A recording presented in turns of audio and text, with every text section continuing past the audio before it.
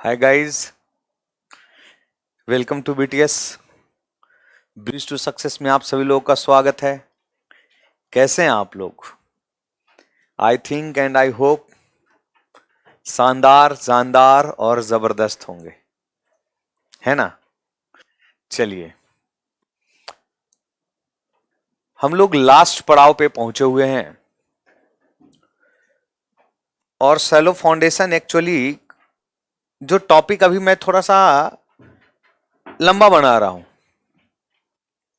उसके पीछे लॉजिक क्या है कि जीरो टू हीरो है, तो मुझे हर एक जगह पे अपनी पकड़ बनानी है कि हाँ हम सॉइल जानते हैं, ठीक है, या हाँ हम आरसीसी जानते हैं। हमें ऐसे चीजों के ऊपर पकड़ बनानी है। जब हम ऐसे चीजों को पकड़ बनाने के लिए काम करते हैं तो थोड़ा सा टॉपिक लंबा होता है। हालांकि ये सब टॉपिक को प्लेट लोड एसपीटी को 1 घंटे में निपटा देना चाहिए एग्जाम पॉइंट ऑफ व्यू से, लेकिन थोड़े से एक्चुअली कई बार इंटरव्यू में ये सब क्वेश्चन पूछ देते हैं कि क्या करते हैं एसपीटी में, क्या नहीं करते हैं, कौन से सॉइल के लिए एप्लीकेबल है, कौन से सॉइल के लिए एप्लीकेबल है, तो बहुत सारे एग्जाम में पूछे जाते हैं। और बियरिंग कैपेसिटी हम लोग एनालिटिकल मेथड से बहुत अच्छे तरीके से निकाल चुके हैं, उसमें कोई डाउट होगा नहीं, आई होप। तो हम लोग का मैंने लिखा था कि एक एसपीटी है, दूसरा प्लेट लोड टेस्ट है और तीसरा डायनामिक कोन ये स्टैटिक कोन पेनिट्रेशन टेस्ट है। एक एसपीटी है, स्टैंडर्ड पेनिट्रेशन टेस्ट है। दूसरा क्या है, अगर मैं हो सकता है नाम में कंफ्यूज हो गया, उल्टा सीधा तो नहीं हुआ, स्टैंडर्ड पेनिट्रेशन टेस्ट, रिपीट करता हूं, that is SPT. Second test is known as plate load test. तीसरा नाम है SCPT, static cone penetration test. हालांकि अब यहां पे थोड़े से एडवांस फॉर्म में आ गए हैं, डीसीपीटी भी आया, डायनामिक कोन पेनिट्रेशन टेस्ट भी आ गया है। हम लोग उसके बारे में ज्यादा नहीं पढ़ेंगे, कई बार एग्जाम में आ जाते हैं सब्जेक्टिव एसपीटी को एक्सप्लेन करने के लिए या प्लेट लोड टेस्ट को एक्सप्लेन करने के लिए। तो हम लोग अभी जो पढ़ने वाले हैं that is plate load test. क्या स्टार्ट करने वाले हैं? प्लेट। एज यूजुअल हम लोग पहले कहानी समझेंगे, फिर हम लोग देखते हैं कि कहानी समझने के बाद 80% काम मेरा डन हो जाता है, तो हम क्यों ना पहले 80% डन कर ही लें। होता क्या है, इसमें नाम ही है प्लेट लोड टेस्ट। एक स्टैंडर्ड प्लेट होते हैं, ठीक है, एक स्टैंडर्ड प्लेट होते हैं। ये प्लेट हो सकता है कि रेक्टेंगल हो जाए, दैट इज नॉट गुड। ये प्लेट हमेशा या तो सर्कुलर फॉर्म में अवेलेबल होंगे या स्क्वायर फॉर्म में अवेलेबल होंगे। आगे हो सकता है रेक्टेंगल के फॉर्म में टेस्ट कर लिया जाए, तो ये नहीं है, लेकिन अभी जो हम लोग जनरली टेस्ट परफॉर्म करते हैं वो जनरली 2 शेप एंड साइज में करते हैं। एक सर्कुलर हो सकता है और एक स्क्वायर हो सकता है। जनरली जो प्लेट का साइज होता है या प्लेट जो होता है उसको हम लोग डमी के रूप में अवेलेबल कराते हैं। डमी इन द सेंस क्या है कि सॉइल में एक्चुअल फाउंडेशन बना करके हम लोग टेस्ट कर नहीं पाएंगे, क्योंकि बड़े स्ट्रक्चर बनेंगे और उतना स्ट्रक्चर हम बनाए, एक बार तो जिंदगी में घर बनाना मुश्किल हो जाता है और फाउंडेशन बनाना तो हम लोग एक बार बनाएंगे, फिर तोड़ेंगे, फिर चेक करेंगे, फिर दूसरा बनाएंगे, ये तो इम्पॉसिबल सा है। तो हम लोग एक रफ आइडिया लेते हैं कि प्लेट अगर मैंने उसी मिट्टी के ऊपर जहां पे मुझे फाउंडेशन बनाना है या तो उसी डेप्थ पे चेक कर लेते हैं या उस डेप्थ से अगर नीचे जाकर के हम लोग चेक करते हैं, दोनों कंडीशन का चेक हो सकता है। जनरली हम लोग जो पढ़ते हैं वो उसी डेप्थ पे जाकर के एक प्लेट अरेंज करते हैं, जिसका प्लेट का थिकनेस जो होता है वो 25 mm से कम नहीं होना चाहिए। थिकनेस जो है 25 mm से कम नहीं होना चाहिए। दूसरा जो साइज होगा वो 30 सेंटीमीटर, 45 सेंटीमीटर स्क्वायर हो सकता है या डायमीटर, या 60 का हो सकता है और 75 का हो सकता है। क्या हो सकता है? 60 का हो सकता है और 75 का हो सकता है।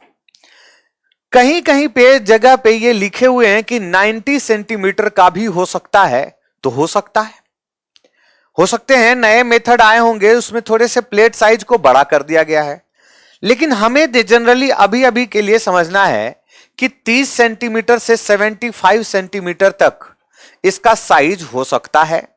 थिकनेस जो होने चाहिए वो जनरली 25 mm से कम नहीं होने चाहिए thickness of the plate. Steel का होता है, माइल्ड स्टील का प्लेट होता है। हमें जहां पे फाउंडेशन बनाना है वहां पे ले जाके हम लोग प्लेट को रख लेंगे।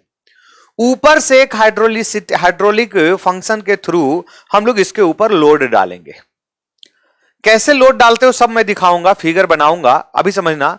मान लीजिए प्लेट है और प्लेट के ऊपर हम लोगों को क्या करना है, मान लीजिए ये प्लेट है, इसको कुछ देर के लिए समझ जाइएगा कि ये प्लेट जो है स्क्वायर है या सर्कुलर है, जिसका थिकनेस 25 mm से ज्यादा है और इसका साइज 30 सेंटीमीटर है, इसका साइज 30 सेंटीमीटर है, स्क्वायर है मान लीजिए।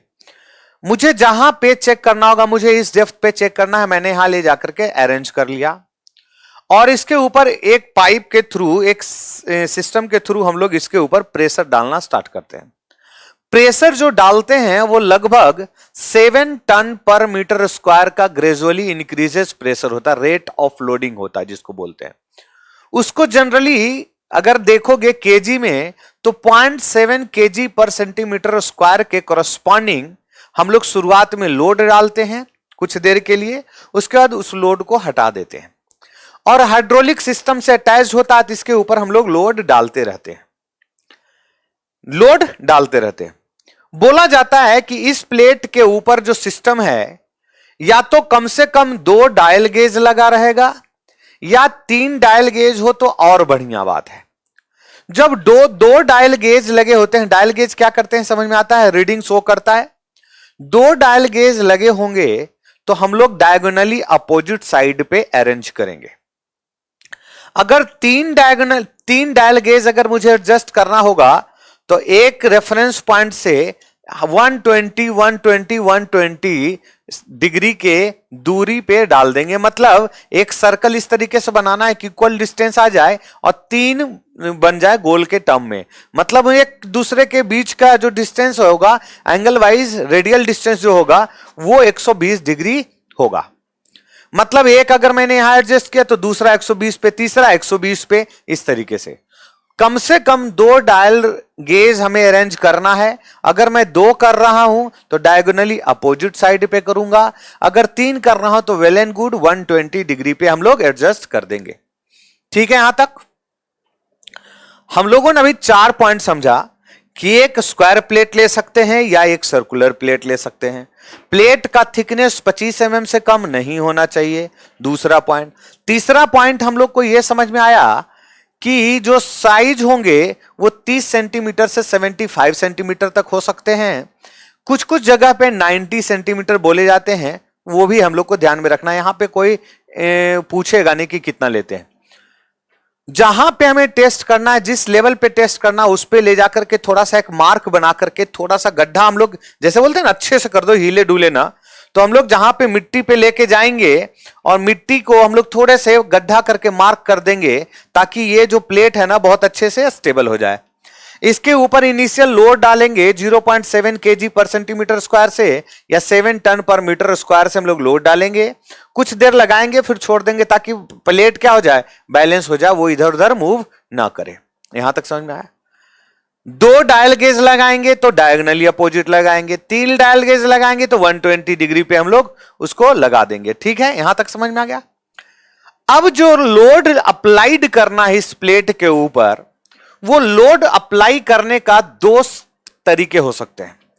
एक, हम लोग लोड हमेशा इंक्रीमेंट जो करते जाएंगे वो 1/5 ऑफ एस्टिमेटेड सेफ लोड बढ़ाते जाएंगे। लोड इंक्रीमेंट करने का जो तरीका है वो 1/5 ऑफ एस्टिमेटेड लोड को करस्पॉन्डिंग हम बढ़ाते जाएंगे।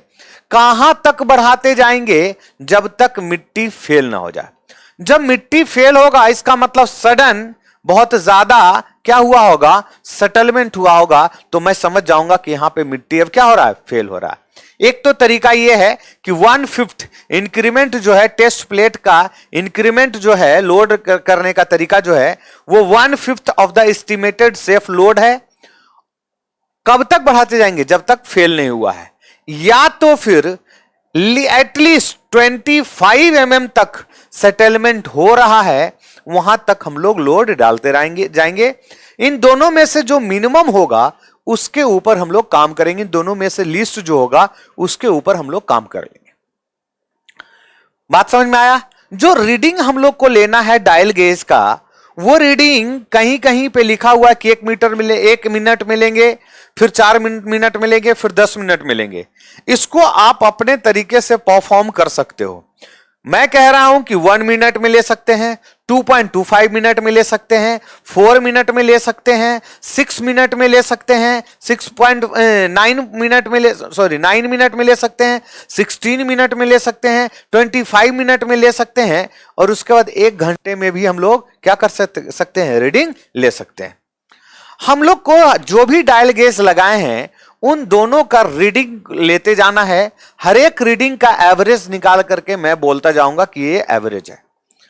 2 रीडिंग लगाने का मतलब क्या है, या 2 डायल गेज लगाने का मतलब यह है कि हो सकता है मिट्टी डिफरेंशियल सेटलमेंट, जब मैं सेटलमेंट बनाना स्टार्ट किया था, पढ़ाना स्टार्ट किया था, तो मैं वहां पे बताया था कि डिफरेंशियल सेटलमेंट जो है ना, मेजर क्राइटेरिया है हमारे किसके लिए, ये फाउंडेशन के लिए मेजर क्राइटेरिया है डिफरेंशियल सेटलमेंट। तो 2 हमने डायगोनली लगाया है, या 3 इस तरीके से लगाया है, 120 यहां पे, फिर 120 एंगल, फिर 120, फिर 120 एंगल के बीच में, इस तरीके से। तो ये हो सकता है कि 10 mm रीडिंग सेटलमेंट हुआ होगा, और ये 8 हो सकता है, ये 7.5 हो रहा होगा। तो तीनों को हम लोग ले करके एवरेज निकालेंगे, फिर मैं बोलूंगा कितना लोड लगा रहा था तो इतना सेटलमेंट हुआ, इन तीनों का एवरेज सेटलमेंट हुआ। फील करना। फिर मैं 4 मिनट पे लगाया मान लीजिए, तो फिर से मैं तीनों का सेटलमेंट देखूंगा कब रीडिंग कितना दे रहा है, फिर मैं एवरेज लूंगा, फिर मैं बोलूंगा कि इतने मिनट पे मैंने लोड इतने लगाया और सेटलमेंट इतना हुआ। टाइम यहां मैटर नहीं कर रहा है, मैटर यहां पे ये कर रहा है कि मेरा लोड वर्सेस सेटलमेंट क्या आ रहा है। जब लोड वर्सेस सेटलमेंट कर्व हम बनाते हैं, एरिया हमें प्लेट का पता है, तो हम लोग प्रेशर वर्सेस सेटलमेंट कर्व क्यों नहीं बना सकते? बना सकते हैं। या तो लोड मैं निकाल लूं, डिवाइडेड बाय एरिया कर दूं, वहां से हम लोग को ultimate bearing capacity of soil निकल जाएगा। अब बियरिंग कैपेसिटी ऑफ सॉइल निकालने का यही एक तरीका है। अब क्वेश्चन यह है कि प्लेट लोड टेस्ट से हम लोग निकालते क्या क्या है, बड़े ध्यान से समझना। सेटअप में अब जितना मैं पढ़ा हूं, फिर मैं इसको बना करके दिखाता हूं, फिर मैं आगे बढ़ूंगा, ठीक है। अब सबसे पहली बात है कि सेटलमेंट, ये प्लेट लोड टेस्ट से हम लोग निकालते क्या क्या है। तो मैं बोल रहा हूं अल्टीमेट बियरिंग कैपेसिटी निकालते हैं, अलाउएबल बियरिंग प्रेशर निकालते हैं, और सेटलमेंट क्राइटेरिया भी निकालते हैं, सेटलमेंट ऑफ द सॉइल भी निकालते हैं।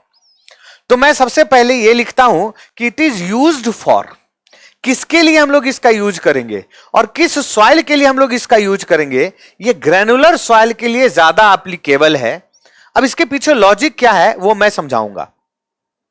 जब मैं कंसोलिडेशन पढ़ा रहा होता हूं उस टाइम पे मैं बताता हूं कि सैंड से पानी जल्दी निकल जाता है with respect to clay. Clay से पानी जल्दी नहीं निकलता है, सेटलमेंट सैंड में जल्दी हो जाएगा, क्ले में सेटलमेंट कंसोलिडेशन होने में उसको बरसों लगेंगे। लेकिन ये जो टेस्ट मैंने परफॉर्म किया है, ये परफॉर्म तुरंत में कर लिया है। तुरंत कहने का मतलब जल्दी परफॉर्म कर लिए हैं। जब जल्दी परफॉर्म किए हैं और जल्दी सेटलमेंट हुआ होगा तो कंसोलिडेशन तो हुआ नहीं होगा, क्योंकि कंसोलिडेशन में is a time dependent phenomenon. तो ये जो सेटलमेंट आ रहे होंगे ये क्विक सेटलमेंट आ रहे होंगे, जल्दी सेटलमेंट आ रहे होंगे। तो जल्दी सेटलमेंट कौन सा सॉइल देता है हमें? सैंडी सॉइल जनरली जल्दी देता है। क्लेई सॉइल जल्दी सेटलमेंट होगा नहीं, क्योंकि पोर वाटर प्रेशर निकलना क्लेई से बड़ा दुर्लभ होता है, बड़ा मुश्किल होता है, बहुत डिफिकल्ट होता है। तो ये टाइम डिपेंडेंट फेनोमेना नहीं है जो हम लोग टेस्ट परफॉर्म कर रहे हैं।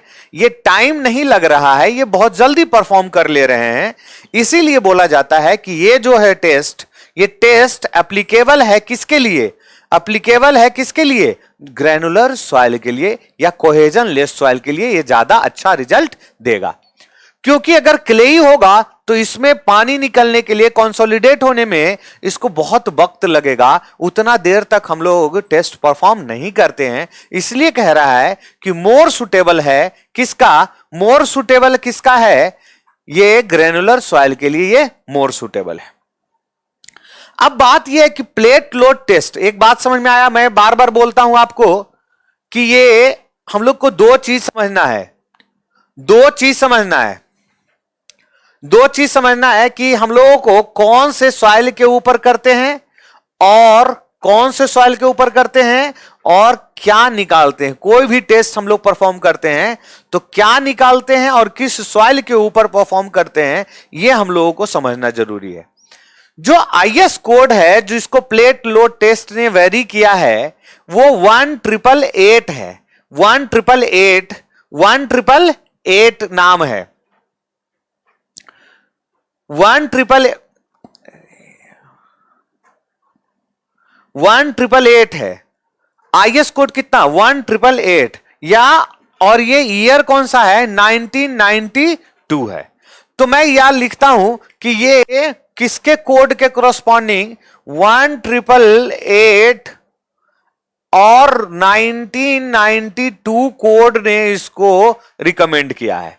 और ये एप्लीकेबल किसके लिए है या सुटेबल किसके लिए है, एप्लीकेबल या मोस्ट सुटेबल, मैं बोलूंगा मोस्ट सुटेबल जो है वो किसके लिए है, हम लोग को यह समझ में आ रहा है ये किसके लिए है, ये एप्लीकेबल कोहेजन लेस सॉइल के लिए है। किसके लिए, कोहेजन लेस सॉइल के लिए एप्लीकेबल है,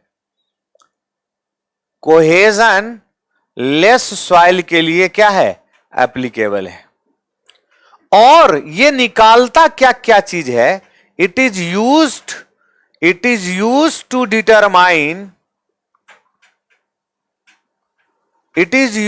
डिटरमाइन कौन कौन सा चीज निकालता है, सेटलमेंट निकालता है, बियरिंग कैपेसिटी ऑफ सॉइल निकालता है, ये निकाल करके लेके आएगा।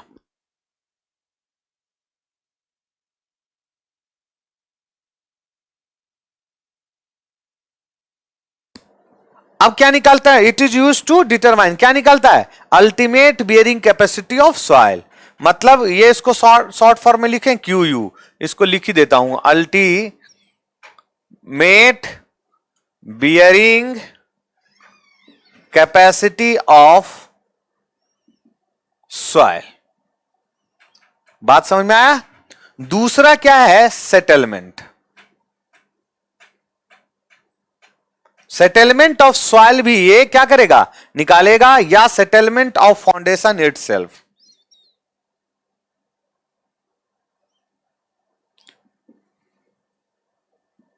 Settlement of foundation itself. तीसरा मैंने क्या बोला, अलाउएबल बियरिंग प्रेशर को भी डिटरमाइन करता है, अलाउएबल। अब ये सब कैसे निकालते हैं हम लोग, वो हम लोग बात करेंगे। Allowable bearing pressure corresponding to a particular permissible settlement of foundation, corresponding to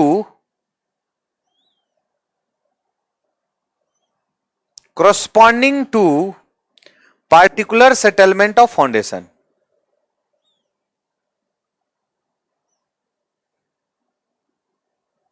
particular settlement of foundation। बात समझ में आ गई। तो तीन चीज हम लोग को समझ में आ गया। पहला क्या है कि 1888-1992 कोड है, नंबर है ये, और ईयर पब्लिश्ड है। क्या चीज हम लोग किसके लिए एप्लीकेबल है, कोहेजन लेस सॉइल के लिए एप्लीकेबल है। इसके पीछे लॉजिक मैंने दिया कि कोहेजन लेस सॉइल से सेटलमेंट, कोहेजन लेस सॉइल से पानी या जो भी सेटलमेंट होगा वो जल्दी हो जाएगा विद रिस्पेक्ट टू क्ले। जो हम लोग टेस्ट परफॉर्म करते हैं वो जल्दी में करते हैं, कम टाइम लगाते हैं, तो कम टाइम में वैलिड रिजल्ट इसी के लिए देगा, ना कि क्लेई के लिए देगा। इसलिए ये टेस्ट क्लेई के लिए एप्लीकेबल है ही नहीं, मतलब बहुत अच्छा रिजल्ट नहीं देता है। निकालते क्या क्या है, Q allowable, settlement of foundation, ये तीन चीज हम लोग निकालते हैं। ठीक है, ये बातें समझ में आ गई कि प्लेट लोड टेस्ट है क्या। उसके बाद अब जो मैं समझाया था उसको मैं डायग्रामेटिक रिप्रेजेंट करता हूं कि क्या क्या हम लोग करते हैं, कैसे कैसे करते हैं, ये चीज समझ में आ जाएगा।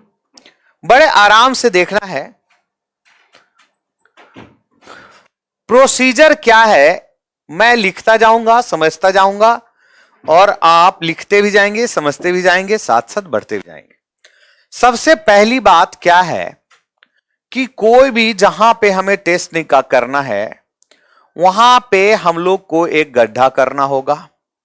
गड्ढा आप सहूलियत से करेंगे, 1.5 मीटर पे कर रहे हैं, 2 मीटर पे कर रहे हैं, 3 मीटर पे कर रहे हैं।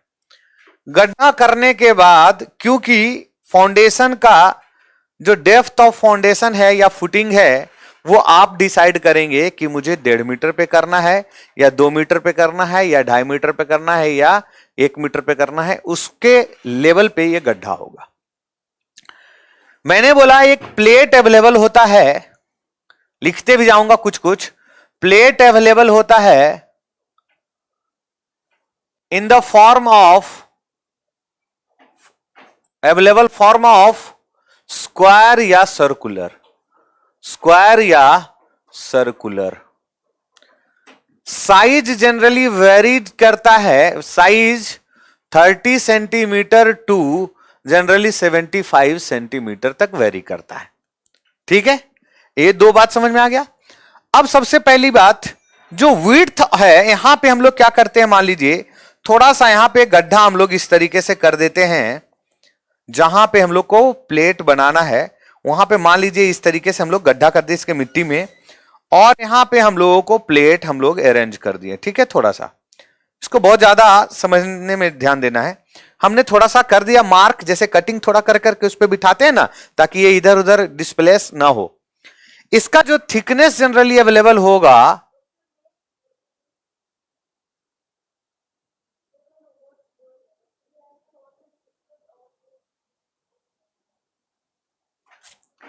This is the thickness of the plate, this is the thickness of the plate. Clear है? स्क्वायर है, जनरली इसको बोलते हैं विड्थ ऑफ प्लेट। और ये जो गड्ढे का विड्थ जो होगा वो जनरली बड़ा या बराबर होगा 5 इंटू बीपी से। जनरली जो विड्थ ऑफ प्लेट है उससे 5 टाइम्स ज्यादा गड्ढे का विड्थ होगा, ताकि यहां पे बंदा जाए आराम से सेटलमेंट करे। सेटलमेंट करने का मतलब वो अरेंज करे और उसके बाद बंदा बाहर से आए। अब बात ये बोलने वाली बात नहीं है कि इस पे हम लोग कैसे उतरेंगे, चिड़ चढ़ेंगे। हेल्प से ले लेंगे, या तो फिर सीढ़ी थोड़ा सा डाल देंगे, लेडर डाल देंगे और उससे ऊपर नीचे हो जाएंगे, स्टेयर डाल देंगे। ये सब बातें पे कोई वजन नहीं है। बड़े ध्यान से देखना, एक पाइप का ये रोल होता है, पाइप। अभी समझ में आ जाएगा। सेंटर है, मेरे से थोड़ा बहुत इधर उधर बन गया है, डजंट मैटर। ये जो सेंटर है ना, ये सेंटर पे एक यहां पे इस तरीके से पाइप सिस्टम लगे होंगे।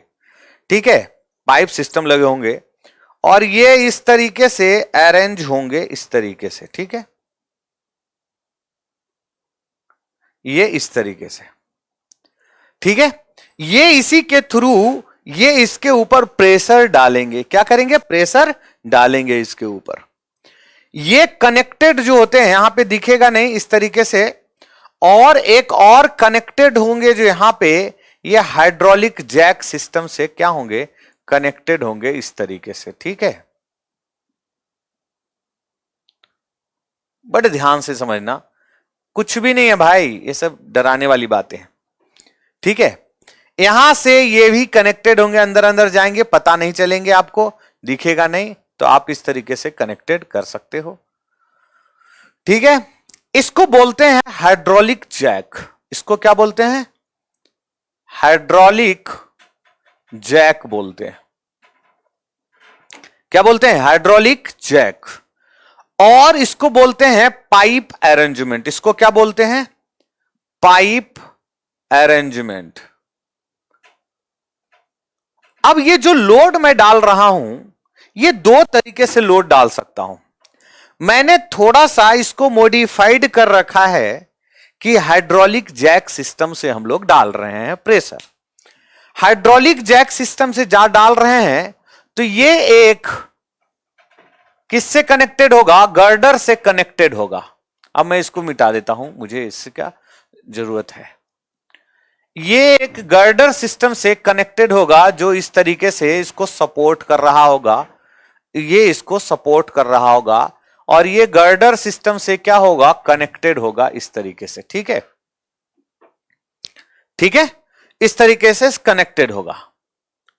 अगर आप हाइड्रोलिक जैक नहीं डाल करके कुछ और करना चाहते हो तो आप मैनुअल सिस्टम पे जा सकते हो कि हम लोग ये प्लेट डाल दिए और इसको सिस्टम से यहां पे जैक वैक बोल्ट वोल्ट सब कुछ लगा दिए ताकि मूवेबल हो, और इसके ऊपर हम लोग जनरली क्या होता है, सीमेंट यूज करते तो बहुत सारा बैग खाली होता है, उस बैग में हम लोग सैंड भर देते हैं, या कई बार सीमेंट ही खराब हो जाता है, उस बैग में वो पूरा पत्थर की तरह जम जाता है, उसका वेट कर लेते हैं और फिर वेट करके इस पे अरेंज करते चले जाते हैं।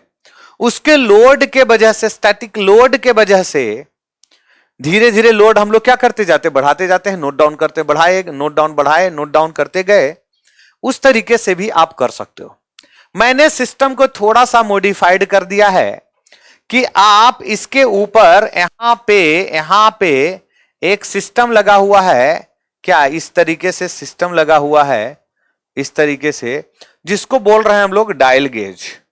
डायल गेज का फंक्शन मैंने समझाया कि दो होंगे तो डायगोनली अपोजिट साइड पे होंगे, और 3 डायल गेज होंगे तो 120 डिग्री पे होंगे, मतलब एक सर्कल में 360 डिग्री, 120 120 120 3 इक्वली डिस्टेंस पे होगा। क्लियर है? दिस इज द प्लेट, इसको क्या बोलते हैं? प्लेट। इसी का सब गेम है। विड्थ ऑफ प्लेट सब कुछ समझ में आया। थिकनेस जो है प्लेट का वो नॉट लेस देन 25 mm होना चाहिए, 25 mm से कम नहीं होना चाहिए। क्लियर है? This is the dial gauge, this is the pipe arrangement, और this is the hydraulic jack, और वो ऊपर में जो है दिस इज द गर्डर। इसको क्या बोलते हैं? गर्डर। जो सपोर्ट कर रखा है गर्डर है। या मैंने क्या बोला कि हम लोग यहां पे बोरा भी डाल सकते हैं, जो हमने सीमेंट वीमेंट यूज किया है, या सीमेंट खराब हुआ है तो उसका भी बैग का वेट हम लोग को पता चल जाएगा, वो भी डाल सकते हैं। या उस खाली बोरे में हम लोग सैंड भर करके उससे भी लोड हम लोग लेकर के हम लोग काम कर सकते हैं।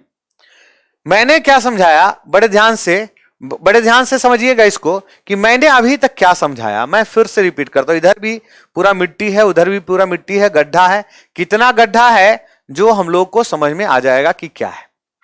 जितना डेप्थ ऑफ फुटिंग हम लोग यूज कर रहे हैं उतना ही। ठीक है, यहां पे मैं लिखता हूं पिट जो होना चाहिए मिनिमम, पिट यहां पे मैं लिखता हूं width of pit is equal to, width जो है विड्थ ऑफ पिट, मैं ज्यादा लैंग्वेज में नहीं फंसता हूं, width of pit is equal to 5 times width of plate. Generally width of generally है, कम से कम इतना तो होना ही चाहिए। जो डायमेंशन है विड्थ पिट का, वो विड्थ ऑफ पिट के करस्पॉन्डिंग अगर मैं बात करूंगा तो 5 times ज्यादा होना चाहिए, जो टेस्टिंग सेंटर पे हम लोग यूज कर रहे हैं। ये वाले जो प्लेट हैं इनके बीच में हम लोग यूज करेंगे, एकदम बीच सेंटर पे रखेंगे। ये width 5 into BP, 5 into BP, जैसे मान लीजिए 30 सेंटीमीटर का यूज कर रहे हैं तो 150 सेंटीमीटर लंबा और 150 सेंटीमीटर, ये मतलब विड्थ इसका डायमेंशन 150 मतलब 1.5 मीटर, और 1.5 मीटर का एक गड्ढा हमने बना दिया। क्लियर है? ये है। उसके बाद हम लोग को यह समझना है कि ये एक लोड हम लोग यूज करते हैं, लोड स्टार्टिंग करते हैं, लोड स्टार्ट 7 टन पर मीटर स्क्वायर, ये एक्ट करते हैं, बट कुछ देर के बाद इसको रिलीज कर देते हैं। Is first acting but after some time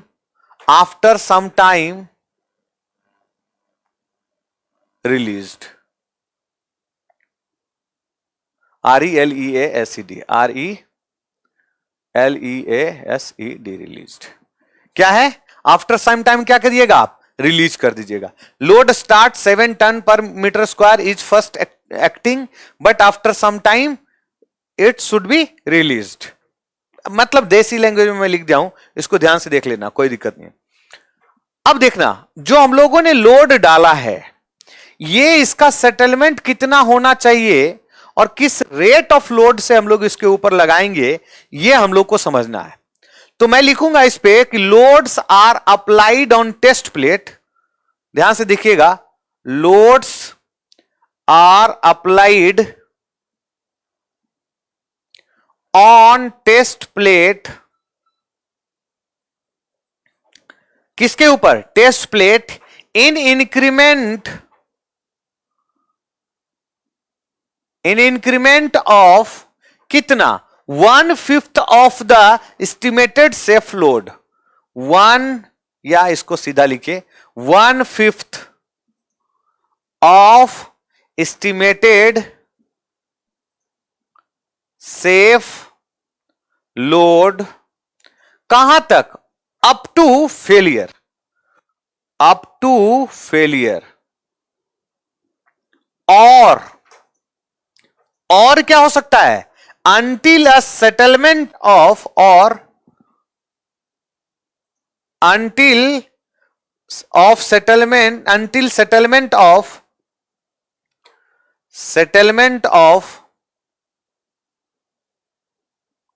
25 mm। समझ में आया? विच एवर इज अर्लियर, या अगर दोनों हो रहा है तो विच एवर इज अर्लियर। बात समझ में आया? अब हमने क्या किया? रीडिंग लिया। क्या हमने किया? रीडिंग लिया।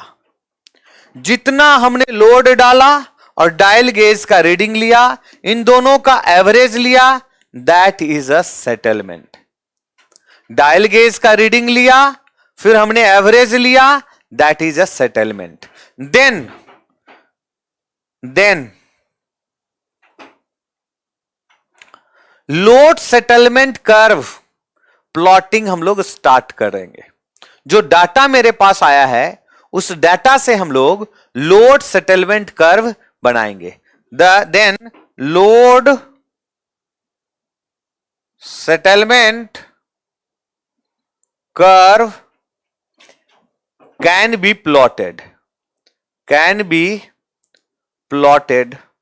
क्या है? Load settlement curve can be plotted from the data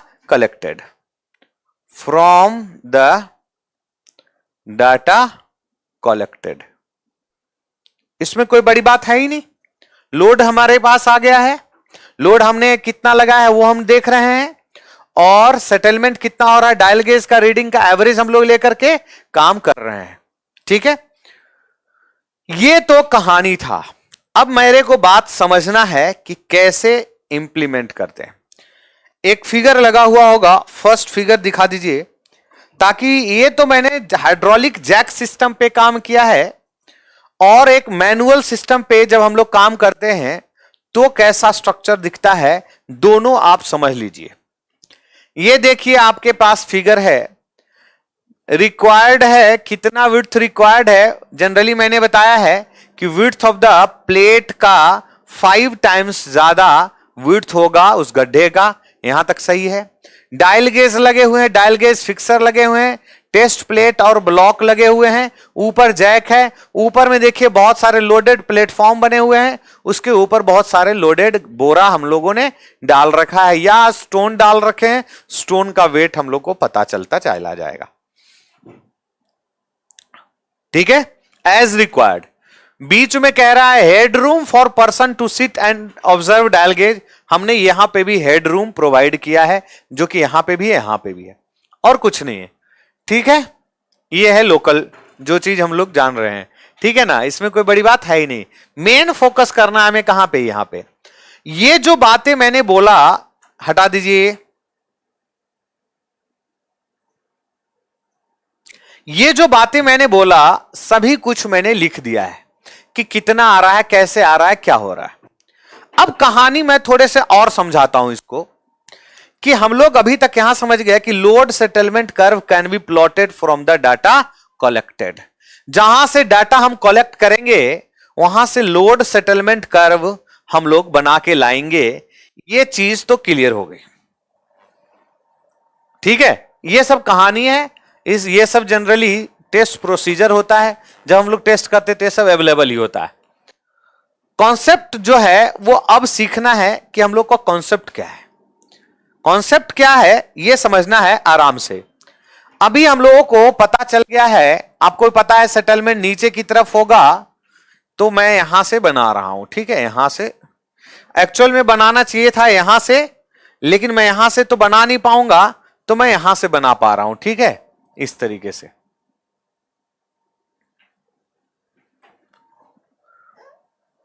नीचे बनाऊंगा तो अच्छा से एक्सप्लेन नहीं कर पाऊंगा, क्योंकि नीचे छोटा सा हो जाएगा एरिया। ये y डायरेक्शन निगेटिव में, x डायरेक्शन पॉजिटिव में, इसीलिए कि सेटलमेंट जब भी मिट्टी का होगा वो नीचे की तरफ होगा, तो इसको हमने पॉजिटिव मान लिया। और नीचे तो और सेटलमेंट बढ़ गया, और नीचे तो और सेटलमेंट बढ़ गया, और नीचे तो और सेटलमेंट बढ़ गया, इसलिए हम लोग जनरली ऐसा बनाए। इसका मतलब ये जो कर्व है सेटलमेंट का है, ये जो कर्व है ये सेटलमेंट का है एक्सिस, और यहां पे जनरली हम लोग बोलते हैं लोड, और डिवाइडेड बाई एरिया हम लोग करेंगे तो स्ट्रेस निकल जाएगा, वहां से हम लोग बेयरिंग कैपेसिटी निकाल लेंगे। क्लियर है? ये कहानी मैंने बहुत बार बताया है कि जब ये सॉइल 3 फॉर्म में अवेलेबल हो सकते हैं, 3 फॉर्म में, यहां पे 3 तरीके का मिट्टी जनरली होगा। एक बहुत ज्यादा डेंस होगा, एक बहुत ज्यादा लूज होगा, और एक मीडियम होगा। जनरली 3 टाइप के मिट्टी यहां पे अवेलेबल हो सकते हैं। एक बहुत ज्यादा डेंस होगा, और एक बहुत ज्यादा लूज होगा, और एक मीडियम डेंस होगा, रिलेटिव डेंसिटी के कोरस्पॉन्डिंग। जब बहुत ज्यादा लूज होगा तो ये plate settlement settlement settlement settlement settlement, मतलब कम लोड हमने बढ़ाया, सेटलमेंट ज्यादा, और लोड बढ़ाया और सेटलमेंट ज्यादा, और लोड बढ़ाया और सेटलमेंट ज्यादा। इसका मतलब क्या है, समझना आराम से, कि इसका मतलब क्या है कि ऐसे ऐसे कोई कर्व यहां से बन के आएंगे ऐसे। ये जो कर्व बने हैं ये किसमें, लूज सॉइल में बने हैं। किसमें, लूज में बने हैं, जिसका डेंसिटी बहुत ज्यादा नहीं है, ऐसे सॉइल में ये सेटलमेंट बने हैं। इसको थोड़ा सा और मैं नीचे कर देता हूं, नहीं तो कहोगे कि सर कर्व से भी ये है, ठीक है। जब यहां पे बहुत ज्यादा डेंस जब होंगे तो सेटलमेंट कम हुए होंगे, लोड ज्यादा रेसिस्ट कर रहा होगा, मतलब सेटलमेंट वाला एक्सिस कम, लोड ज्यादा, और ज्यादा और ज्यादा और ज्यादा और ज्यादा और ज्यादा और ज्यादा। हुआ क्या होगा कि यहां तक बढ़ाते बढ़ाते सडन क्या हुआ होगा, फेल हो गया होगा। कैसा हुआ होगा, सडन फेलियर हो गया होगा। सडन फेलियर होने का वजह क्या है, मैं इसको ढंग से बनाता हूं। सडन फेलियर होने का वजह क्या है कि ब्रिटल फेलियर। सडन फेलियर का मतलब ब्रिटल फेलियर। मान लीजिए कोई सॉइल पहले ही से कॉम्पैक्टेड है, डेंस्ड है, ज्यादा डेंस है, उसके ऊपर मैं लोड डालूंगा, समझना, उसके ऊपर मैं लोड अगर डाल रहा हूं तो और डेंस होने के चांसेस होंगे, लेकिन हमें लोड उसके ऊपर क्या लगाना पड़ेगा, ज्यादा। देखो ये लोड ज्यादा, सेटलमेंट कम, लोड ज्यादा, सेटलमेंट कम, लोड ज्यादा, सेटलमेंट कम, कम कम कम। सडन एक जगह पे क्या हुआ, शियर फेल हो गया होगा। क्या होगा, कोलैप्स कर गया होगा, शियर फेल हो गया होगा। जब शियर फेल सडन हुआ होगा, ऐसे टाइप कर्व को हम लोग बोलते हैं ब्रिटल टाइप फेलियर। क्या बोलते हैं, ब्रिटल टाइप फेलियर। अब बड़े ध्यान से देखिएगा, ये किसका हुआ, डेंस सॉइल का। किसका हुआ, डेंस सॉइल का, डेंस सॉइल का ये हुआ। अब अगर मेरे से कोई बोले मीडियम सॉइल का क्या होगा, तो मैं इन दोनों के बीच में, मतलब इतना ज्यादा सेटलमेंट भी नहीं होगा, लेकिन ये ऐसे कहना, ऐसे कर सकते हैं, ये जो होगा कर्व ये मीडियम डेंस का होगा, मीडियम डेंस का होगा ये कर्व। अब बड़े ध्यान से देखना कि अब हम लोग निकालते क्या है। अब हम लोग को अल्टीमेट बियरिंग कैपेसिटी निकालना है। जो पहला हेडिंग मैंने लिखा था कि प्लेट लोड टेस्ट करते क्यों है, तो हम लोग अल्टीमेट बियरिंग कैपेसिटी के लिए करते हैं। अल्टीमेट बियरिंग कैपेसिटी क्या है? सेटलमेंट मान लीजिए मेरे पास आ गया है, रेड मार्कर कहां है? अगर सेटलमेंट मेरे पास मान लीजिए यहां पे कुछ सेटलमेंट आया है 10 mm, 10 mm है, तो मुझे क्या करना है यहां पे? अभी ध्यान से देखिएगा, इस पे मैं बात करता हूं, समझिएगा। अगर ये यहां पे है तो यहां पे क्या है? ये थोड़ा ऊपर चला गया, इसको मैं थोड़ा सा और नीचे करता हूं। मुझे अल्टीमेट कैपेसिटी चाहिए, तो जब फेल हो रहा होगा उस टाइम का चाहिए, तो ये इस टाइप का यहां पे आ रहा होगा। और यहां पे जो कैपेसिटी आ रहा है दैट इज लोड आ रहा है, क्यू यू आ रहा है, डिवाइडेड बाई एरिया। अगर मैं करूंगा एरिया ऑफ प्लेट, तो दैट इज क्यू यू आ रहा है, स्ट्रेस आ रहा है। तो हम लोग लोड लगाए हैं सेटलमेंट, तो यहां से हम लोग क्या करेंगे? सेटलमेंट का कंडीशन निकाल लेंगे। अब इसमें थोड़ा सा ट्रिकी और क्या है, समझिएगा। इसमें ट्रिकी थोड़ा सा और क्या है कि यहां पे ना मुझे बहुत अच्छे से पता चल चुका है कि एक्चुअली ये वाला पिक पॉइंट से हम लोग लेते हैं, ठीक है, पास में है, चल जाएगा काम। होता क्या है कि यहां पे ना बिल्कुल क्लियर है कि यहां पे फेल हुआ है, हमने सीधा सीधा लाइन खींचा और जो पॉइंट आया वो load divided by area of plate that is Q U, ultimate bearing capacity हमारे को पता चल गया।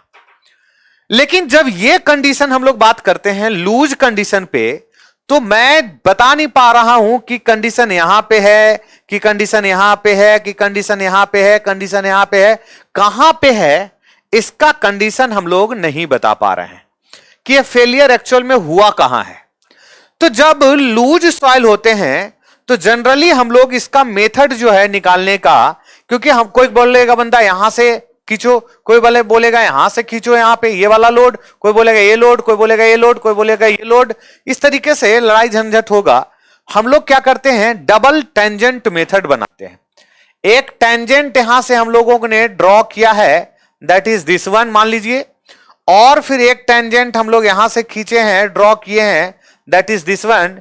ये वाले जो लोड आएंगे दैट इज द, ये वाला जो लोड आएंगे, थोड़ा सा टेढ़ा हो गया, कोई बात नहीं, समझ रहे हो ना। यहां पे जो लोड आएंगे, अरे रुक जाइए, मोटा बहुत ज्यादा है, खराब हो गया। यहां पे देखो, ये वाले जो लोड है ना, ये वाले, यहां पे ये वाले को हम लोग क्यू यू बोल देंगे लूज कंडीशन में, ठीक है। अब देखो मेनली इसमें जो हम लोग करते हैं, इसके लिए थोड़े से अलग किस्म का टेक्निक यूज करते हैं। या डबल टेंजेंट से यहां भी कर लीजिए, या एक और मेथड है, या उसी को हम लोग बोलते हैं लॉग लॉग कर्व बनाते हैं। हम लोग क्या बनाते हैं? Log log curve. जब लॉग लॉग कर्व बनाते हैं तो ये वाले के लिए हम लोग जनरली, मीडियम वाले के लिए हम लोग जनरली क्या बनाते हैं? लॉग लॉग कर्व बनाते हैं। क्या बनाते हैं? लॉग के अंदर सेटलमेंट, इसके लिए पेपर आता है, आप मैं बहुत बार बताया हूं, और यहां पे भी लॉग सेटलमेंट कर्व आते हैं, ठीक है। यहां पे इससे क्या होता है, इस तरीके के फंक्शन को बड़ा ध्यान से देखना, इस तरीके का फंक्शन को हम लोग क्या करते हैं, यहां से लेकर के ये वाला और यहां से लेकर के ये वाला कंडीशन को ड्रॉ कर देते हैं। यहां पे भी इस तरीके से जो कंडीशन आता है that is Q U. Generally medium जो सैंड है उसके लिए ऐसा कंडीशन है। मैं इसी के ऊपर मैंने 3 कर्व बना करके दिखाया है, हो सकता कहीं पे 4 कर्व हो जाए। तो एक फिगर है मेरे पास, आप उसको देखिए कि क्या है। फेलियर इज नॉट क्लियर, अगर फेलियर क्लियर नहीं होगा तो हम लोग डबल टेंजेंट से बियरिंग कैपेसिटी निकालेंगे, और क्लियर नहीं हो रहा है और इससे फ्लैटर जा रहा है स्लोप, तो हम लोग लॉग लॉग सेटलमेंट का काम करके हम लोग bearing capacity, ultimate bearing capacity निकालते हैं। जहां पे क्लियर पता है हम लोग वहीं से ड्रॉ कर देते हैं। This is the ultimate bearing capacity of soil, ठीक है। Ultimate bearing capacity of soil हम लोग निकालते हैं। अब मैं फिगर इसको मिटाऊंगा, फिर हम लोग बात करेंगे। एक फिगर दिखाइएगा पहले, ताकि बच्चों को और क्लियर हो जाए। ये एक फिगर है आपके पास, देखिए curve A cohesive soil, loose to medium cohesion less soil, loose to medium partially cohesive soil and dense cohesion less soil, dense cohesion less soil, इस तरीके से यहां पे दिया हुआ है, कर्व लिखा हुआ है कि क्या क्या है। ठीक है, this type of common in case of dense sand और ग्रेवल डिपॉजिट, ब्रिटल फेलियर मैंने बोला। कर्व सी जो है वो आपको दिख रहा है, this type of obtain in case of partially cohesive soil, मतलब सी फाई सॉइल जिसको बोलते हैं, does not show a clear point, ऐसे कंडीशन के लिए हम लोग लॉग लॉग बनाते हैं। ठीक है, कैसा कर्व बनाते हैं, लॉग लॉग। तो ये कर्व को अगर मैं फाइनल करूं तो ये कर्व कैसा बनेगा, ऐसा ऐसा बन जाएगा। यहां पे जहां पे फ्लक्चुएशन हुआ यहां पे हम लोग नोट डाउन कर लेंगे। कर्व बी क्या है, this type of obtain in case of cohesive soil. Curve B cohesive का मतलब क्या, लूज सॉइल या कोहेजिव सॉइल। ये सेटलमेंट सेटलमेंट सेटलमेंट, ऐसे के लिए डबल टेंजेंट मेथड यूज होता है। तो इस तरीके से आपको समझना है, एरिया या लोड डिवाइड बाय ये कर देंगे, हम लोग का क्यू यू आ जाए। नेक्स्ट हटाइए, हाँ है? ठीक है, तो ये चीजें समझ में आ गई, हम लोगों को समझ में आ गया। अब बड़े ध्यान से मैं समझाना चाहता हूं ये कि मैं अब इसको मिटा देता हूं, अब मुझे कहानी उसी के ऊपर बेस करना है।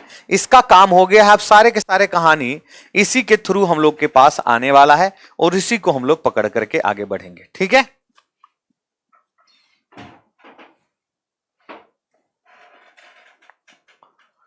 बोर्ड थोड़ा सा छोटा पड़ जाता, अब क्या करें, तो मिटाना तो पड़ेगा, नहीं तो मैं तो मिटाना ही नहीं चाहता हूं। बड़े ध्यान से देखिएगा, मैं निकालना चाह रहा हूं क्यू यू का फॉर्मूला। फर्स्ट केस में for clay soil, clay soil, clay soil का ultimate bearing capacity of plate और ultimate bearing capacity of footing क्या होगा, इसके बारे में हम लोग समझेंगे। अगर इसको समझना है तो थोड़ा सा हमें वक्त चाहिए।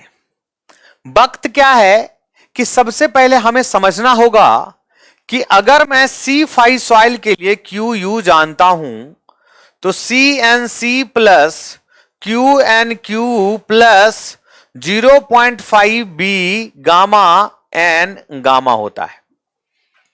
ये जो ये है ये किसके लिए है, सी फाई सॉइल के लिए है। मतलब अगर मैं बोलूं, समझिएगा कि अगर कोहेजन लेस सॉइल है, cohesion less soil Sandy soil है, ये टर्म क्या होगा, 0, तो क्यू यू इक्वल्स टू क्या होगा, Q into N Q plus 0.5 B gamma N gamma, और शेप के ऊपर भी फर्क पड़ेगा, वो हम लोग देखेंगे, gamma into D F N Q plus 0.5 B gamma N gamma. ये है किसके लिए, फाई सॉइल के लिए। जब फाई सॉइल के लिए हम लोग देख रहे हैं तो बियरिंग कैपेसिटी किन किन के ऊपर फर्क पड़ रहा है, यूनिट वेट ऑफ सॉइल, ध्यान से देखना, यूनिट वेट ऑफ सॉइल, ठीक है, depth of footing, depth of footing, soil parameter के ऊपर, एन क्यू एन गामा के ऊपर, और विड्थ ऑफ फुटिंग के ऊपर, ऑफ फुटिंग के ऊपर, और यहां पे 0.5, 0.4, 0.3, इसका मतलब साइज के ऊपर, किसके ऊपर, साइज के ऊपर डिपेंड कर रहा है।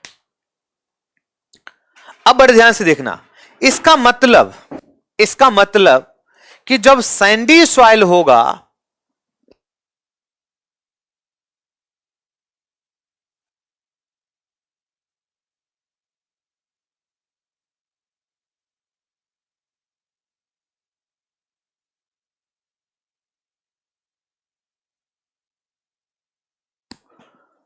बात समझिएगा, मैंने क्या बोला कि सैंडी सॉइल होगा तो ये कहानियां हैं, समझिएगा। अब सॉइल पैरामीटर के बारे में अगर मैं बोलूंगा, इसका मतलब फाई के ऊपर डिपेंड कर रहा है। मैंने बताया था NC NQ N gamma depend करता किसके ऊपर, फाई के ऊपर, विड्थ ऑफ फुटिंग के ऊपर, डेप्थ ऑफ फुटिंग के ऊपर और यूनिट वेट ऑफ सॉइल के ऊपर, ये है साइज के ऊपर। बी जो विड्थ ऑफ फुटिंग लिख दिए हैं तो साइज तो हमें लिखना ही पड़ेगा और दोनों एक ही जैसा है, तो इसको ये लिख लीजिए या ये लिख लीजिए, बात एक ही है। दूसरा बात और इफेक्ट पड़ सकता है कि वाटर टेबल कहां पे अवेलेबल है उसके ऊपर डिपेंड करता है, तो मैं इसमें लिखता हूं position of water table, position of water table, जो कि हम लोगों ने इसके ऊपर काम कर चुके हैं। इसका मतलब क्या है कि जो हम लोग का प्लेट था वो कौन से मिट्टी के ऊपर है उसके ऊपर फुटिंग के ऊपर डिपेंड करेगा कि क्या है। इसका मतलब अगर ध्यान से देखना, मैं पहले ये लिख रहा हूं तो पहले ये लिख लूंगा, फॉर सैंडी सॉइल अगर मैं लिखना चाह रहा हूं, सैंडी का मतलब फाई सॉइल अगर मैं लिखना चाह रहा हूं, तो जो क्यू यू एफ जो है और क्यू यू पी जो है ये डिपेंड कर रहा होगा लीनियर विड्थ ऑफ फुटिंग और विड्थ ऑफ प्लेट के ऊपर। बात ध्यान से देखिएगा, यहां पे यूनिट वेट ऑफ सॉइल दोनों के लिए सेम है तो कोई दिक्कत नहीं है। डेप्थ ऑफ फुटिंग के ऊपर दोनों का डेप्थ हम लोगों ने सेम लेकर के चला है, कोई दिक्कत नहीं। सॉइल पैरामीटर दोनों का सेम है, कोई दिक्कत नहीं। यहां पे विड्थ ऑफ फुटिंग के ऊपर या साइज के ऊपर, यहां से अगर मैं लिखना चाहूं, ध्यान से देखिएगा, तो Q U F is equal to width of footing divided by width of plate into Q U P के ऊपर काम हो जाएगा। इसका मतलब अगर मैं प्लेट का बियरिंग कैपेसिटी निकाल लिया हूं, जो कहां से निकाल लिया हूं, यहां से, और मैं फुटिंग के ऊपर जाना चाहता हूं, एक्चुअल में यहां पे प्लेट कितना है, 30 सेंटीमीटर, 45 सेंटीमीटर, 60 सेंटीमीटर, 75 या 90 सेंटीमीटर, लेकिन एक्चुअल फील्ड में जाएंगे तो 1.5 मीटर हो सकते हैं, 1.8 हो सकते हैं, 2 मीटर हो सकते हैं, 3 मीटर हो सकते हैं, 2.5 हो सकते हैं, 2.25 हो सकते हैं, कुछ भी हो सकते हैं जो कि बहुत बड़ा है। जब बहुत बड़ा है तो लोड डिस्पर्सिंग जो होगा वो बहुत ज्यादा डेप्थ तक जाएगा। हमने क्या किया है, छोटा प्लेट, तो छोटा प्लेट का लोड डिस्पर्सिंग जो कंसोलिडेशन में सेटलमेंट जब निकाल रहे थे तो 2 वर्टिकल 1 हॉरिजॉन्टल वाला लेके जा रहे थे, तो 2 vertical 2 width of plate into 2 into width of plate का डेप्थ के बराबर ही उसका क्या होगा, वेरिएशन हो सकता है। लेकिन फुटिंग का अगर 1.5 मीटर का है तो 3 मीटर तक डिफ्लेक्शन, ये उसका इफेक्ट जाएगा। इसीलिए हम लोग थोड़ा सा सैंडी सॉइल के लिए इन सब चीजों के ऊपर डिपेंड करने के साथ साथ मैं ये बता सकता हूं कि Q F is equal to V F divided by BP into Q U P, that is this one, footing का बियरिंग कैपेसिटी इसके ऊपर। अब ये सब बातें क्यों, अब ध्यान से देखना, ये सब बातें मैं क्यों बोल रहा हूं, इसको और समझते हैं हम लोग। इफेक्ट हटा दिए हैं, इफेक्ट हटा दिए हैं। अब यही मैंने क्यों लिखा, ये भी मैं समझाता हूं कि यही मैंने क्यों लिखा। जब हम लोग समझना आराम से, बिल्कुल कॉन्सेप्चुअल के साथ, यही मैंने क्यों लिखा यह भी मैं क्लियर करता हूं। मान लीजिए हमारे गड्ढे में ऐसा प्लेट था, प्लेट के ऊपर प्रेशर पड़ रहा है, इस प्लेट के ऊपर सरचार्ज है क्या, सरचार्ज है क्या, नहीं है, तो ये तो गायब हुआ ही है, तो क्यू यू और क्यू सरचार्ज मैं नहीं रखता हूं तो ये वाला टर्म भी क्या हो जाएगा, जीरो। नेट अगर मैं लिखना चाह रहा हूं क्यू एन यू तो क्या होगा, N Q minus 1 into gamma D F, या क्यू यू रहने दो, मान लीजिए नेट ही छोड़ दो, क्यू यू रहने दो, तो N Q into gamma into D F plus 0.5 B gamma N gamma, मैं स्क्वायर के लिए लिखता हूं that is 0.4 B gamma N gamma. ये है क्या, गामा डीएफ क्या है क्या, यहां पे इसके प्लेट के ऊपर सरचार्ज है क्या, नहीं है, तो ये तो सरचार्ज जीरो, तो Q U is equal to क्या हो गया, 0.4 बी गामा एन गामा। अब देखो ब्यूटी क्या है इसका, ब्यूटी क्या है इसका, अब हम लोग को यह भी समझ में आएगा कि देखो बी हमें तो पता है ही मेरे भाई, यूनिट वेट पता है ही, एन गामा हम निकाल सकते हैं। अगर सॉइल का बियरिंग कैपेसिटी ऑफ प्लेट पता चल गया है तो एन गामा का वैल्यू भी हम निकाल सकते हैं। और यहां पे देखो, ना तो सॉइल का कैरेक्टरिस्टिक्स, ना तो फाई चेंज हो रहा होगा, ना तो गामा चेंज हो रहा होगा, तो क्यू यू किसके ऊपर डायरेक्टली प्रोपोर्शनल है? तो क्यू यू डायरेक्टली क्या है? बी के ऊपर। तो क्यू यू बी के ऊपर, फुटिंग का और चाहे प्लेट का, फुटिंग का या चाहे प्लेट का, तो कितना है इस तरीके से हम लोग डिफाइन कर सकते हैं, क्योंकि इसके ऊपर सरचार्ज नहीं है मेरे दोस्त। यहां पे सरचार्ज नहीं है तो गामा डीएफ भी क्या हो गया है? जीरो हो गया है। बचा क्या है? Q U equal to 0.4 B gamma N gamma. और क्यू यू अगर प्लेट का हमने निकाल रखा है, यहां से क्यू यू अगर हमने प्लेट का निकाल रखा है तो हम लोग एन गामा भी निकाल सकते हैं। और एन गामा निकाल लिए हैं तो फाई का वैल्यू निकाल लिए हैं कि सॉइल का फाई का वैल्यू क्या है। और जब फाई का वैल्यू निकलता है तो एनसी, एनक्यू, एन गामा तीनों का पैरामीटर भी हम निकाल सकते हैं इससे। मजे की बात है ना? समझ में आया ना? इतना डिटेल्ड एनालिसिस नहीं मिलेगा दोस्त, बट ध्यान से इसको देखिएगा। तो Q U equal to 0.4 B gamma N gamma, इसलिए हम लोगों ने ये लिखा Q of footing, width of footing, Q plate, width of plate. तो क्यू यूपी हमने निकाल दिया है तो हम लोग को क्यू एफ इक्वल टू यहां से आ जाएगा। अब मजे की बात, अब मजे की बात कि क्लेई सॉइल में क्या होगा। मिट्टी कैसा है? क्लेई है तो क्या होगा? अगर मिट्टी क्लेई है तो क्या होगा, ये हम लोग बात कर पाएंगे। अगर मिट्टी क्लेई है तो हम लोग क्या करेंगे, कैसे करेंगे, ये हम लोग को समझने में आना चाहिए। फॉर क्लेई सॉइल, यहां से समझ में आया। दूसरा, फॉर क्लेई सॉइल मतलब सी सॉइल, मतलब फाई इज इक्वल टू 0, और फाई सॉइल का मतलब सी इज इक्वल टू 0। अब देखना, Q U is equal to क्या होता है? C N C plus gamma into D F into N Q plus 0. मान लीजिए 4 बी गामा एन गामा, और सी को 1.3 से हम लोग मल्टीप्लाई कर देते हैं। मान लीजिए जब क्लेई सॉइल होता है तो एन गामा का वैल्यू क्या होता है? 0, एन क्यू का वैल्यू क्या होता है? 1, और एनसी का वैल्यू क्या होता है? ये कोई कांस्टेंट होता है।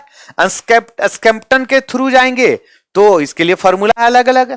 बियरिंग कैपेसिटी टर्जाकी के थ्रू जाएंगे तो 5.14 5.7 और 5.14 बाद में हम लोग बताएंगे कि किसके कोरस्पॉन्डिंग होता है।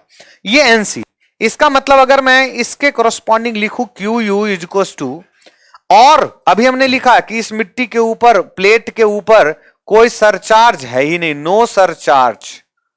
अगर कोई सरचार्ज नहीं है तो ये वाला टर्म 0, ये वाला टर्म 0, मेरे पास बचा क्या? 1.3 CnC। इसका मतलब क्यू यू जो है सीधा सीधा ना तो शेप के ऊपर डिफाइन किया, ना तो इसके ऊपर डिफाइन किया। ये डिफाइन एनसी तो हम लोग का कॉमन होगा ही को होगा, तो डिफाइन किया क्या? सॉइल के सी के ऊपर। मतलब सॉइल कैसा है उसके ऊपर डिपेंड कर रहा है। इसका मतलब सॉइल जब प्लेट का टेस्ट कर रहे होंगे तब भी उसी मिट्टी के ऊपर टेस्ट कर रहे होंगे, कैरेक्टरिस्टिक्स वही रहा होगा मिट्टी का, और फुटिंग का भी चेक कर रहे होंगे तो मिट्टी तो कम से कम वही रहा होगा। जब ऐसे कंडीशन होते हैं, इसीलिए बोला जाता है कि जब क्लेई होता है तो Q F is equal to Q U P, दोनों बराबर होते हैं। किसके केस में? बहुत बहुत इंपॉर्टेंट है, क्लेई के केस में क्यों होते हैं, जो मैंने एक्सप्लेन किया कि क्लेई के टाइम पे बियरिंग कैपेसिटी डिपेंड करता है सिर्फ और सिर्फ सॉइल के नेचर के ऊपर, सॉइल कैसा सी रख रहा है, कोहेजिव के ऊपर, कोहेजिव स्ट्रेस के ऊपर। तो कोहेजिव स्ट्रेस मिट्टी तो वही है, प्लेट में भी वही लगाए हैं और फुटिंग में भी वही लगाए हैं। तो Q U F is equal to Q U P, Q U F is equal to Q U P. तो ये वाला और ये वाला दोनों चीजें हम लोग को समझना पड़ेगा। दोनों हम लोग को समझ में आ गया कि क्या है। जब सॉइल सैंड है तो ये, जब क्लेई है तो बियरिंग कैपेसिटी जो प्लेट का है वही फुटिंग का है।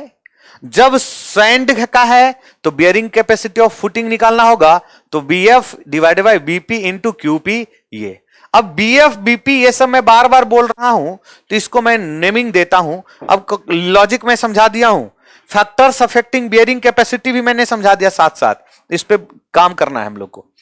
अब मैंने यहां पे समझाना है इसको। इसका मतलब Q U F is equal to Q U P, किसके लिए? बियरिंग कैपेसिटी, किसके लिए? क्लेई के केस में। अब ये सब है क्या, ये समझना। BP is equal to width of plate, BF is equal to width of footing.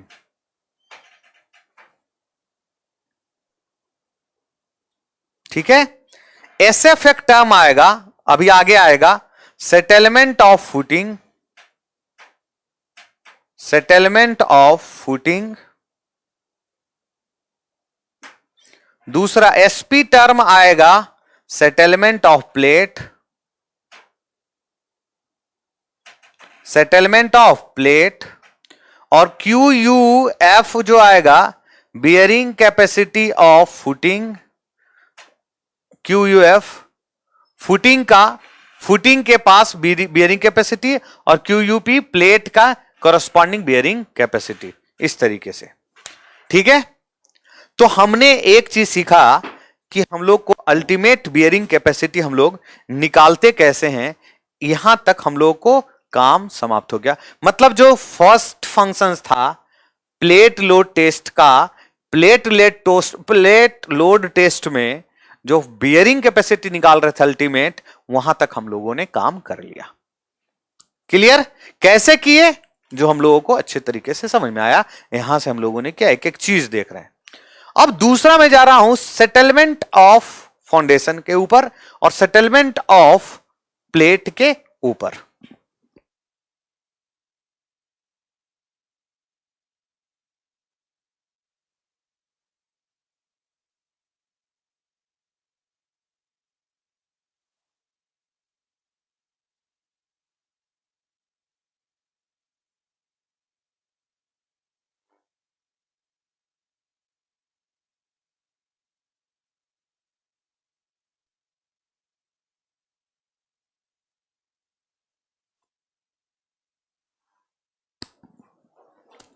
मुझे अब क्या निकालना है? सेटलमेंट ऑफ, सेटलमेंट कंप्यूटेशन निकालना है। सेकेंड जो है settlement computation, settlement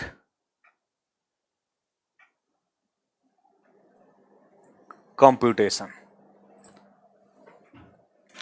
settlement computation. बड़े ध्यान से आप देखेंगे, मैंने दो चीज समझाया अभी कि ये कई बार क्या होता है किसी रीजन से कि हम लोग फुटिंग के लेवल पे टेस्ट नहीं कर पाते हैं, हम लोग उससे नीचे जाकर के टेस्ट करने के लिए कोशिश करते हैं। तो अभी मैं आपको, जो अभी कभी आप नहीं देखे होंगे वो क्वेश्चन हम लोग करेंगे, फॉर्मूला देखेंगे, ध्यान से देखिएगा। सेटलमेंट अगर सैंड का हो तो क्या है? फॉर्मूला है प्लेट के कोरस्पॉन्डिंग प्रेशर इंटेंसिटी के कोरस्पॉन्डिंग ये फॉर्मूला निकाला जाता है। तो मैं लिखता हूं फॉर सैंडी सॉइल या cohesion less soil equals to 0, मतलब cohesion less soil, cohesion less soil किसके ऊपर? कोहेजन लेस सॉइल के ऊपर। होता क्या formula? S F is equals to S P is equals to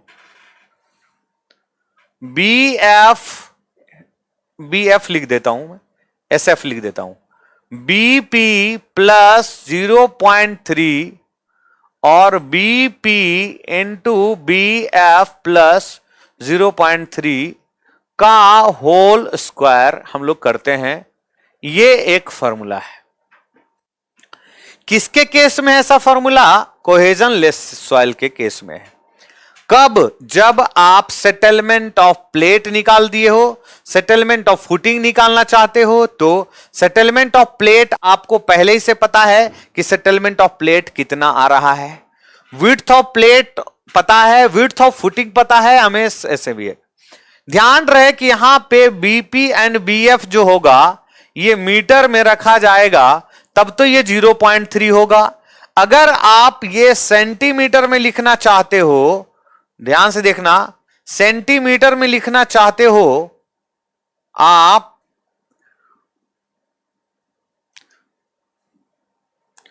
तो आप 30 कर सकते हो। ये भी कई बार आपसे क्वेश्चन में दिया जाएगा, ये अगर आप सेंटीमीटर में यूज कर रहे हो तो 30 यूज करोगे, बीपी और बीएफ मीटर में यूज करोगे तो 0.3 यूज करोगे। यहां पे एसपी जो देखो, यहां पे सब एक टर्म कॉफिशिएंट आ जाएगा, तो यहां पे एसपी आप सेंटीमीटर में रखोगे तो एसएफ सेंटीमीटर में आएगा, एसपी मीटर में रखोगे तो एसपी मीटर में आएगा, एसपी आप मिलीमीटर में रखोगे तो एसएफ मिलीमीटर में आएगा। ये इस तरीके का कंडीशन है। दूसरा, फॉर क्लेई सॉइल में कंडीशन क्या है, फाई इज इक्वल टू 0, मतलब कोहेजिव सॉइल।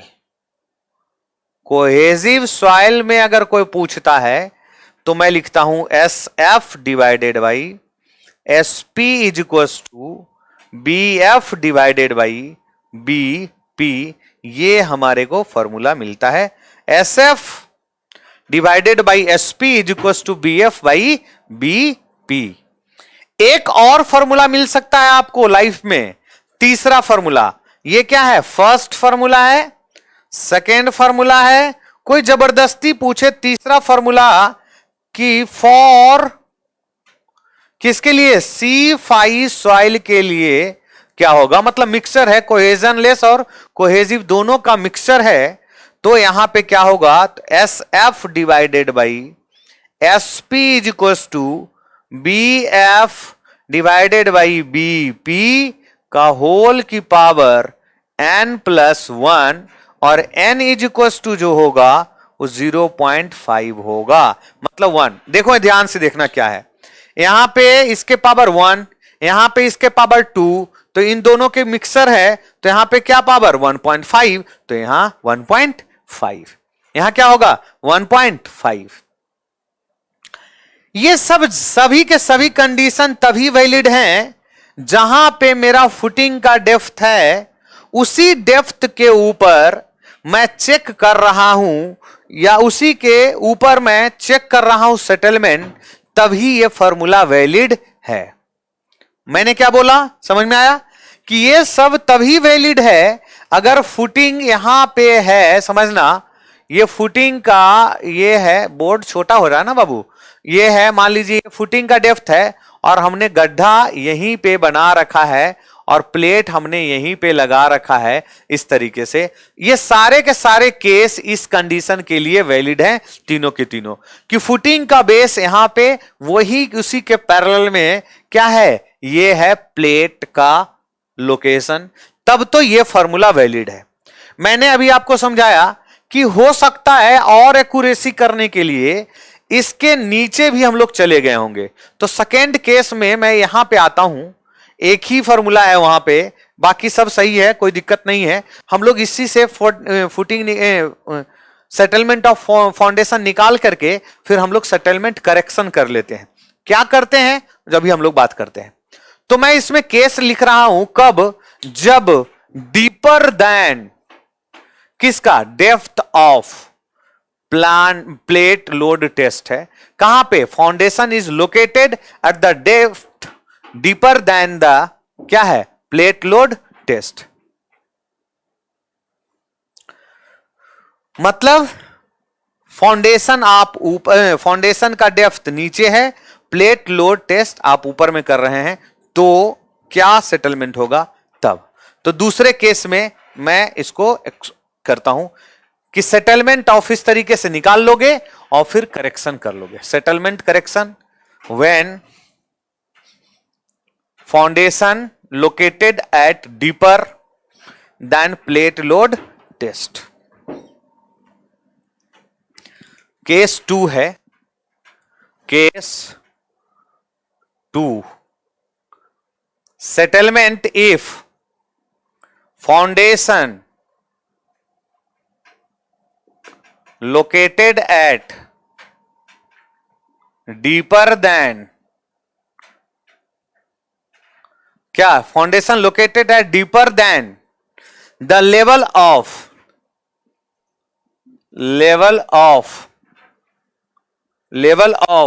क्या होगा, level of plate load test, plate load test. यहां पे क्या होगा, एस एफ करेक्शन, करेक्शन क्या होगा ये आपको समझना है। एस एफ करेक्शन क्या होगा, सेटलमेंट ऑफ फाउंडेशन जो हमने निकाल के लिए क्या है वो मल्टीप्लाइड होंगे 1 divided by 1 plus D2 divided by width of footing, 1 divided by 1 plus D2 की कहां डेप्थ पे गया और विड्थ ऑफ फुटिंग की पावर 0.5, ये है formula.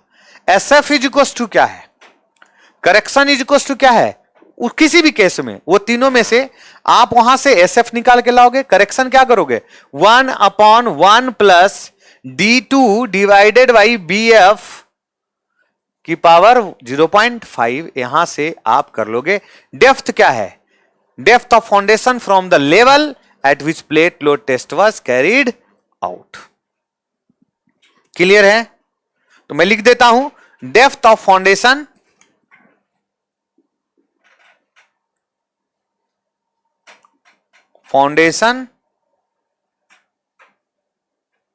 at which depth of foundation at which plate load test was carried out, at which plate load test carried out that is G2। बाकी width of plate हमें, width of foundation हमें पता है ही, यहां से settlement हम निकाल लेंगे। ठीक है, रही बात देखो यहां से क्वेश्चंस आते हैं, इधर उधर भटकोगे तो क्वेश्चन नहीं आएंगे। अब हमें क्या निकालना है, एलोवेबल बियरिंग प्रेशर निकालना है।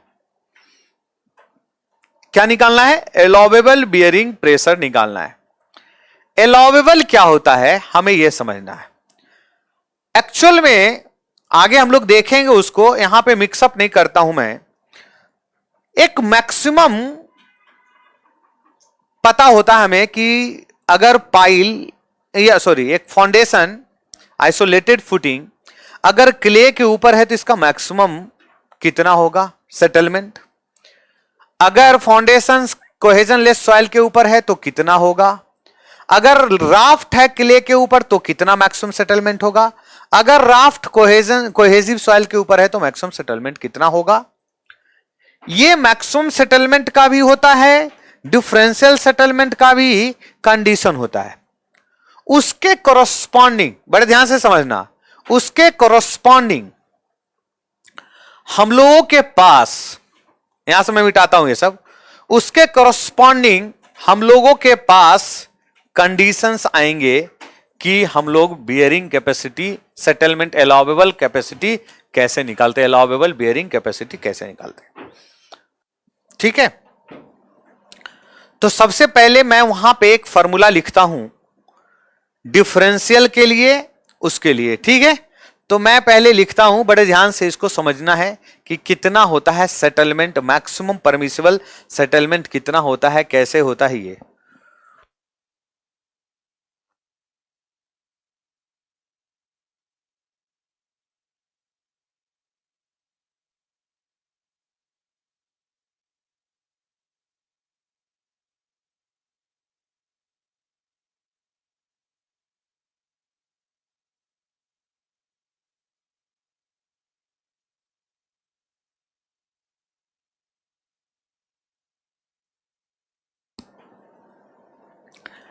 मैं पहले एक टेबल लिखता हूं, बड़े ध्यान से देखिएगा, permissible settlement in shallow foundation, तब चीजें ज्यादा समझ में आएगा।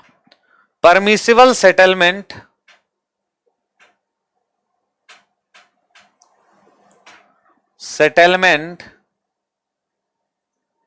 इन shallow foundation, permissible settlement in shallow foundation. समझना आराम से। मैं दो तीन चीजें बता रहा हूं, टोटल सेटलमेंट है, डिफरेंशियल सेटलमेंट है और एंगुलर सेटलमेंट है। ठीक है, ये देखिएगा इधर, यहां तक दिख रहा है क्या?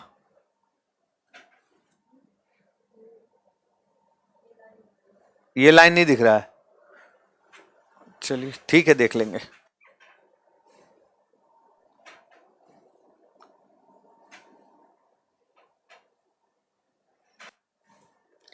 बड़े ध्यान से देखना, टोटल सेटलमेंट, डिफरेंशियल और एंगुलर। यहां पे लिखता हूं मैं टोटल सेटलमेंट इन mm, यहां पे डिफरेंशियल सेटलमेंट, डिफरेंशियल सेटलमेंट और ये एंगुलर सेटलमेंट, एंगुलर सेटलमेंट। और यहां पे पाइल मतलब फाउंडेशन किसके ऊपर है? ये isolated footing, footing on clay. ठीक है, फिर isolated footing, footing on sand. ठीक है, फिर और बड़ा मैंने कर दिया, मैं इसका डाटा देख करके लिखूंगा, उतना याद नहीं होता, एक वाला याद होता है, मैं दोनों लिखवा दिया हूं। और राफ्ट ऑन सैंड और राफ्ट ऑन क्ले। ठीक है, राफ्ट ऑन सैंड, ये तो मुझे याद रहता है। सैंड में कितना, राफ्ट ऑन सैंड जो है, ये सैंड पे 40 to 65 के आसपास होता है। राफ्ट ऑन क्ले ये सबसे ज्यादा सेटलमेंट देगा, मैक्सिमम होता है 65 से 100 के बीच में। आइसोलेटेड फुटिंग ऑन सैंड के ऊपर अगर मैं बात करूंगा, ये सबसे कम सेटलमेंट 40 और ये 65 के आसपास। कितना? 65 के आसपास। बड़े ध्यान से देखना। और जब डिफरेंशियल सेटलमेंट के बारे में बात करते हैं, तो यहां पे जो वैल्यू आता है, आइसोलेटेड में जो वैल्यू आता है, वो लगभग कितना आ रहा है? 0.0015 इंटू एल, 0.0015 इंटू एल और 0.0015 इंटू एल और ये 0.0021 इंटू एल और 0.0021 इंटू लेंथ। ठीक है, और जब एंगुलर डिस्टॉर्शन के बारे में अगर मैं बात करता हूं, एंगुलर सारे के सारे सब mm में है, वैल्यू mm में है, mm में है। तो यहां पे 1/666, 1/666 और 1/500, 1/500। मैं चेक कर लेता हूं एक बार कि क्या है। 1/666, 1/666, 1/500, 1/500। ठीक है, ये है एंगुलर सेटलमेंट।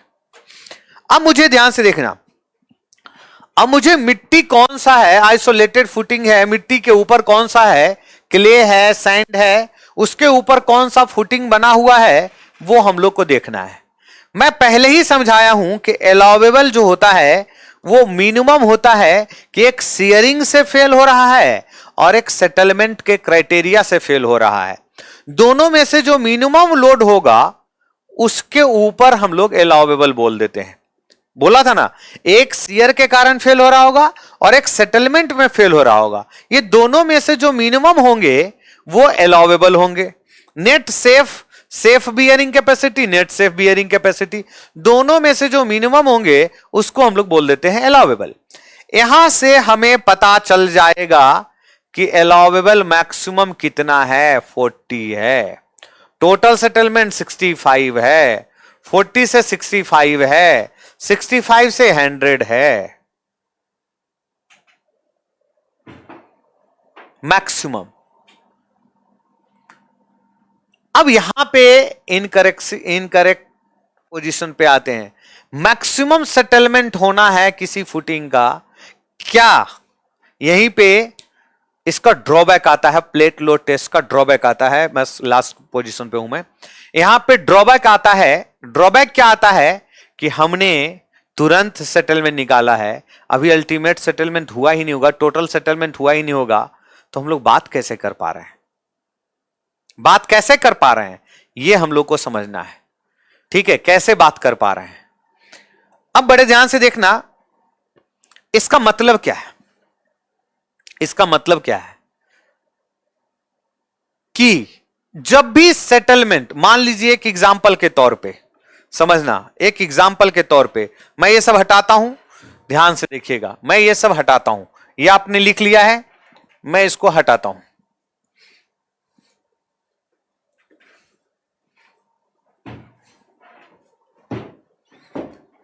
अलाउएबल सेटलमेंट, ध्यान से देखिएगा, थर्ड,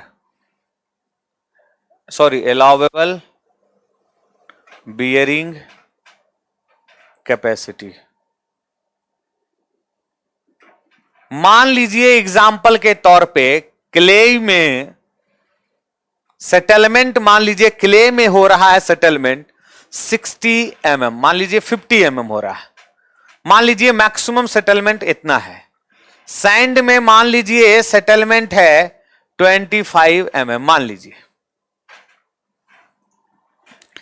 अब इसके कोरोस्पॉन्डिंग मैं फॉर्मूला भी क्या जानता हूं, SF divided by SP is equal to BF plus into BP plus 0.3 metre में लिख रहा हूं मैं, और BP इंटू BF प्लस 0.3 का होल स्क्वायर, ये फॉर्मूला है। अब मुझे यहां पे मान लीजिए फुटिंग का या प्लेट का मैक्सिमम सेटलमेंट अगर मुझे पता है, मैक्सिमम सेटलमेंट पता है, विड्थ पता है, फुटिंग का ये पता है, ये पता है, ये पता है, क्या सेटलमेंट मैं नहीं निकाल लाऊंगा क्या?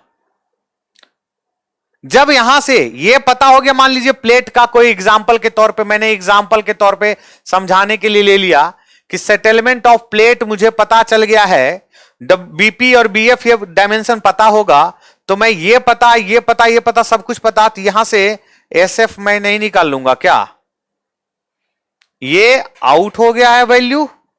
जब ये वैल्यू आ गया है तो फिर मैं लोड सेटलमेंट्स के पास जा करके यहां पे मान लीजिए ये वैल्यू एसएफ कुछ आ गए यहां पे, तो मैं यहां से ये वाला जा करके ये वाला वैल्यू क्यू यू नहीं निकाल पाऊंगा क्या लोड? बात यह है, अलाउएबल सेटलमेंट यही है, समझिएगा। यहां पे फैक्टर ऑफ सेफ्टी की जरूरत नहीं है, क्योंकि हमने बियरिंग कैपेसिटी कैसे निकाला है? According to settlement, according to settlement हम लोगों ने निकाला है बियरिंग कैपेसिटी। तो जब सेटलमेंट के कॉरस्पॉन्डिंग हम लोग बियरिंग कैपेसिटी निकालते हैं सॉइल का, then no need of factor of safety, no need factor of safety. इसका मतलब ये जो क्यू यू आएगा वही अलाउएबल बियरिंग कैपेसिटी माना जाएगा, वही अलाउएबल बियरिंग कैपेसिटी माना जाएगा। ये है सेटलमेंट के कॉरस्पॉन्डिंग अलाउएबल बियरिंग कैपेसिटी निकालने का फॉर्मूला, अलाउएबल बियरिंग, ठीक है, अलाउएबल बियरिंग कैपेसिटी निकालने का फॉर्मूला। अकॉर्डिंग टू सेटलमेंट जब हमने निकाला है, कौन सा? अकॉर्डिंग टू सेटलमेंट अगर मैं क्यू यू निकाल रहा हूं लोड, तो Q you divided by area of, मैं निकाल दिया, तो Q you this is the allowable, because settlement के थ्रू जब जाते हैं तो कोई फैक्टर ऑफ सेफ्टी की जरूरत नहीं पड़ती है। पहले ही मैं बता चुका हूं, अंदर के लेक्चर में मैं बताया हूं कि जब सेटलमेंट के कॉरस्पॉन्डिंग हम लोग बात करते हैं तो फैक्टर ऑफ सेफ्टी की जरूरत नहीं पड़ती है। जब हम लोग शियर के कॉरस्पॉन्डिंग बात करते हैं, फेलियर की कॉरस्पॉन्डिंग, तो हम लोग को फैक्टर ऑफ सेफ्टी की जरूरत पड़ती है। इसका मतलब जो भी यहां से जो आएगा उसके उल्टा जब हम लोग जाकर के यहां से क्यू यू निकालेंगे, तो वहां से जो भी आएगा वो अलाउएबल बियरिंग कैपेसिटी होगा। ये है मेन कहानी, यहीं तक है मेन कहानी। कुछ लोग हॉजल के बारे में जबरदस्ती बात करते हैं।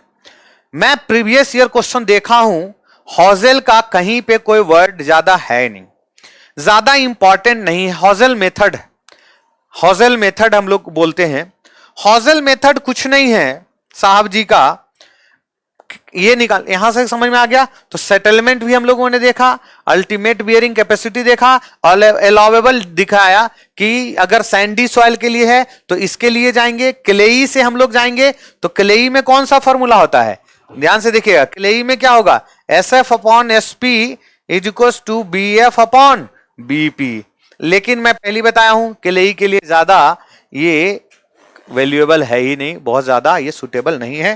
तो यहां से SP हम लोग को पता है, VF पता है, BP पता है, SF पता चल गया। SF पता चल गया, फिर वहां से जाकर के हम लोग कर्व से QU निकाल लेंगे। क्लियर है। अब लास्ट में बहुत लोग पढ़ाते हैं उसको, तो मैं भी थोड़ा सा नाम कर ही देता हूं, है कोई दम नहीं है, बड़ा आसान सा मेथड है। हॉजल जो है उन्होंने बोला, या बोले, सॉरी रिस्पेक्ट देना जरूरी है बड़े लोगों को, उन्होंने बोलना स्टार्ट किए क्या कि बियरिंग कैपेसिटी जो है, हॉजल के corresponding bearing capacity of soil जो है वो डिपेंड करेगा एरिया और पेरीमीटर के ऊपर। हॉजल जो है, ये जरूरत नहीं है, इसको छोड़ भी देना, कोई दिक्कत नहीं है। मैं लिखता हूं हॉजल, हॉजल मेथड है। इन्होंने बोले according to this bearing capacity depend करता है, नहीं, बियरिंग कैपेसिटी डिपेंड करता है एरिया और पेरीमीटर के ऊपर, एरिया और पेरीमीटर के ऊपर। उन्होंने साहब जी क्या किए समझना, Q जो है ये बियरिंग लोड है, मान लीजिए Q, U जो है Q इज इक्वल टू, बोले इन्होंने कि एरिया और पेरीमीटर के ऊपर डिपेंड करेगा। This is the condition. This, ये जो इक्वेशन है इसको बोलते हैं Housel equation. Q is equal to A is the area of plate और P is the perimeter of the plate. M and N जो है सॉइल का कैरेक्टरिस्टिक्स है, ये पैरामीटर है, सॉइल का क्या है, पैरामीटर। तो मैं लिखता हूं M एंड N जो है पैरामीटर ऑफ सॉइल है, पैरामीटर ऑफ सॉइल है मेरे भाई।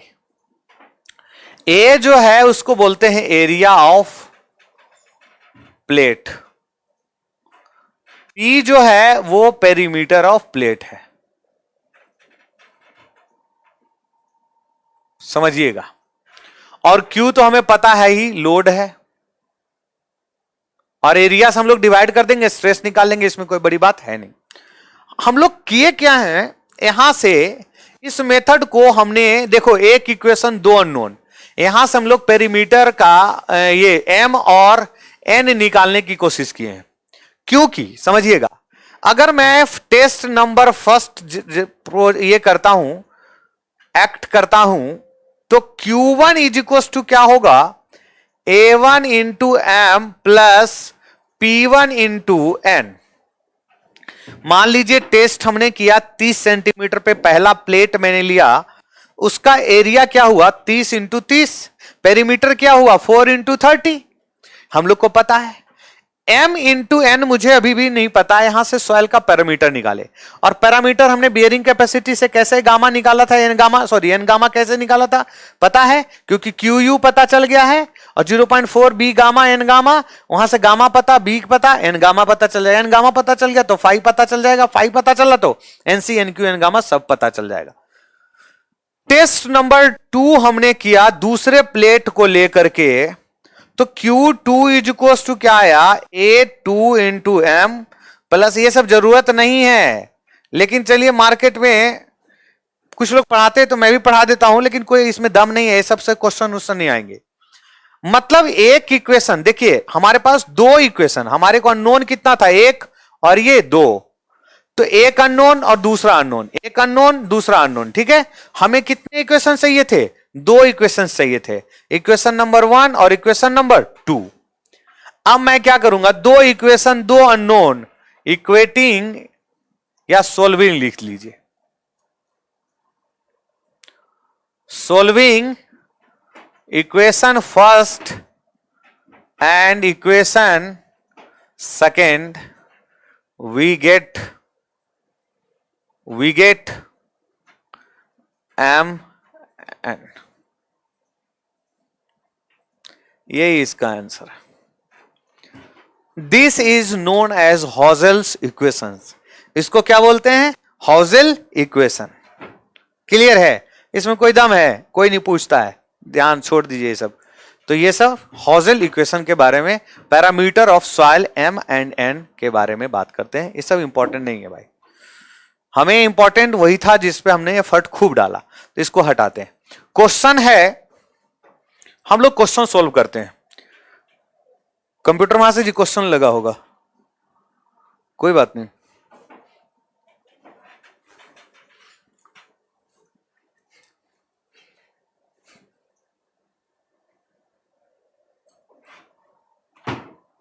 तो कॉन्सेप्ट समझ में आ गया ना? अब हम लोग थोड़े से ऑब्जेक्टिव क्वेश्चन कर लेते हैं, 1 2 3 जो भी है उसको हम लोग इंप्रूव कर लेंगे, फिर कहानी सोल्व हो जाएगा। ठीक है, फिर ताकि कोई दिक्कत नहीं रहेगी। चलिए क्वेश्चन लगाइए कंप्यूटर वहां से जी। हाँ चलिए, क्या कह रहा है क्वेश्चन? ये है, find the settlement of A footing of width 1.2 meter with the following plate load test results for first sandy soil है, second clayey soil है, फिर कह रहा settlement of the plate 15 mm, width of the plate 400 mm, settlement of the plate 15 mm and width of the plate 400 mm। जो जो चीज बोला है सबसे पहले हम लोगों को वो लिखना होगा। तो मैं यहां पे लिखता हूं क्वेश्चन, फिर सॉल्यूशन। ठीक है, क्वेश्चन और सॉल्यूशन, फिर गिवन डाटा। क्या है? Given data. अब गिवन डाटा में क्या क्या दे रखा है देखिएगा। विड्थ ऑफ फुटिंग मतलब BF इज टू 1.2 मीटर दे रखा है। ठीक है, रिजल्ट है sandy soil and clay soil. Settlement of the plate जो है 15, और विड्थ ऑफ द प्लेट जो है 40 है, 0.4 मीटर है। और settlement of the plate SP is to दे रखा है 15 mm है। पूछ रहा है settlement of foundation is to what. Question number first में क्या है? फॉर कुछ भी रहे, मैं पहले फॉर कोहेजन लेस सॉइल निकालूंगा, कोहेजन लेस सॉइल निकालूंगा। दूसरा क्वेश्चन क्या है? दूसरा for clay soil, for clay soil मतलब क्ले का क्या है? कोहेजिव सॉइल है। क्या है? कोहेजिव सॉइल है। और ये कोहेजन लेस का मतलब सैंड सॉइल है, सैंडी है, सैंड है। ठीक है, अब ये 10 मार्क्स का है और IES 2003 में 10 मार्क्स का क्वेश्चन है। कितने मार्क्स का है? 10 मार्क्स का 2003 में है। अब हमें क्या करना है? क्वेश्चन हटा दीजिए। अब हमें क्या करना है? इसके लिए सेटलमेंट निकालना है। सैंडी के लिए पहले, फिर क्लेई के लिए। बड़े ध्यान से देखिएगा। अभी हम लोगों ने पढ़ा है कि सैंडी सॉइल के लिए फॉर्मूला क्या पढ़े? SF divided by SP is equal to BF into BP plus 0.3 का और BP इंटू BF प्लस 0.3 का होल स्क्वायर हम लोग कर देते हैं। क्या करते हैं? Whole square. और इसके लिए फॉर्मूला हम लोगों ने क्या पढ़ा? SF divided by SP is equal to BF divided by BP पढ़ा है। ठीक है ना? अब बड़े ध्यान से हम लोग देखते हैं। SF divided by SP is equal to 15 mm है। ये mm है, mm में। ये वाला क्या आएगा? कॉफिशिएंट में, मीटर में डालते हैं। BF is equal to 1.2 into BP is equal to 0.4 plus 0.3 divided by 0.4 into 1.2 plus 0.3 का होल स्क्वायर, और ये mm में है तो mm में आ जाएगा आंसर। यहां से 0.7 into 1.2 0.84 divided by 1.3 into 1.5 into 0.4 0.6 कितना आ रहा है, ये हम लोग को कैलकुलेट करके आंसर आ जाएगा। देखता हूं मैं कैलकुलेट करके, बड़े ध्यान से देखिएगा आराम से, कोई दिक्कत की बात यहां पे है नहीं। 0.84 डिवाइडेड बाई 0.6 का square 1.96 into 15 29.4 mm। S F is equal to क्या रहा है 29.4 mm। ये मीटर मीटर सब कैंसिल होकर के कोफिशिएंट आ जाएगा इनटू ये, तो जो ये रहेगा वही एसएफ आ जाएगा। दूसरा क्वेश्चन यहां पे एसएफ इज इक्वल टू मुझे नहीं पता, एसपी कितना है 15 mm में है। अब विड्थ ऑफ प्लेट कुछ भी लीजिए 1.2 डिवाइडेड बाई 0.43 मीटर है तो 3 कोफिशिएंट 3, यहां पे SF is equal to 45 mm। This is the answer. बड़े ध्यान से देख लिए, तो बड़ा कॉन्सेप्चुअल थिंग्स है। जनरली मैंने एक और लिखाया है C5 सॉइल के लिए भी मैंने लिखा दिया है n+1 n is to 0.5। Generally वो कहीं नहीं मिलेगा आपको, लेकिन मैंने लिखवाया है, बड़े ध्यान से देखिएगा।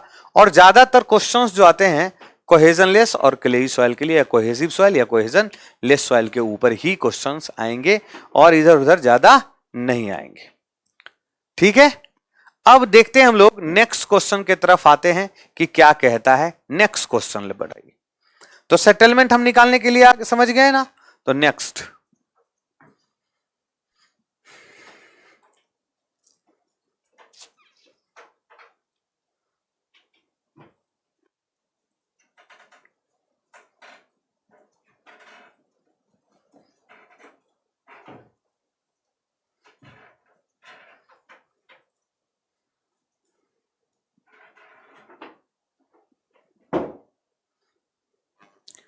A plate load test was conducted in a sandy soil. Sandy soil मतलब sand, cohesionless soil, with a plate of size 0.3 metre into 0.3 metre. Size कितना है 0.3 मीटर इंटू 0.3 मीटर। बड़े ध्यान से देखिएगा, साइज जो है लिखता हूं मैं, प्लेट का साइज जो है 0.3 मीटर इंटू 0.3 मीटर 30 सेंटीमीटर का है। ठीक है, the ultimate load per unit area was found to be, ultimate load QUP plate का 2.0 kg पर सेंटीमीटर स्क्वायर है। Find the allowable load for a footing, footing का जो साइज है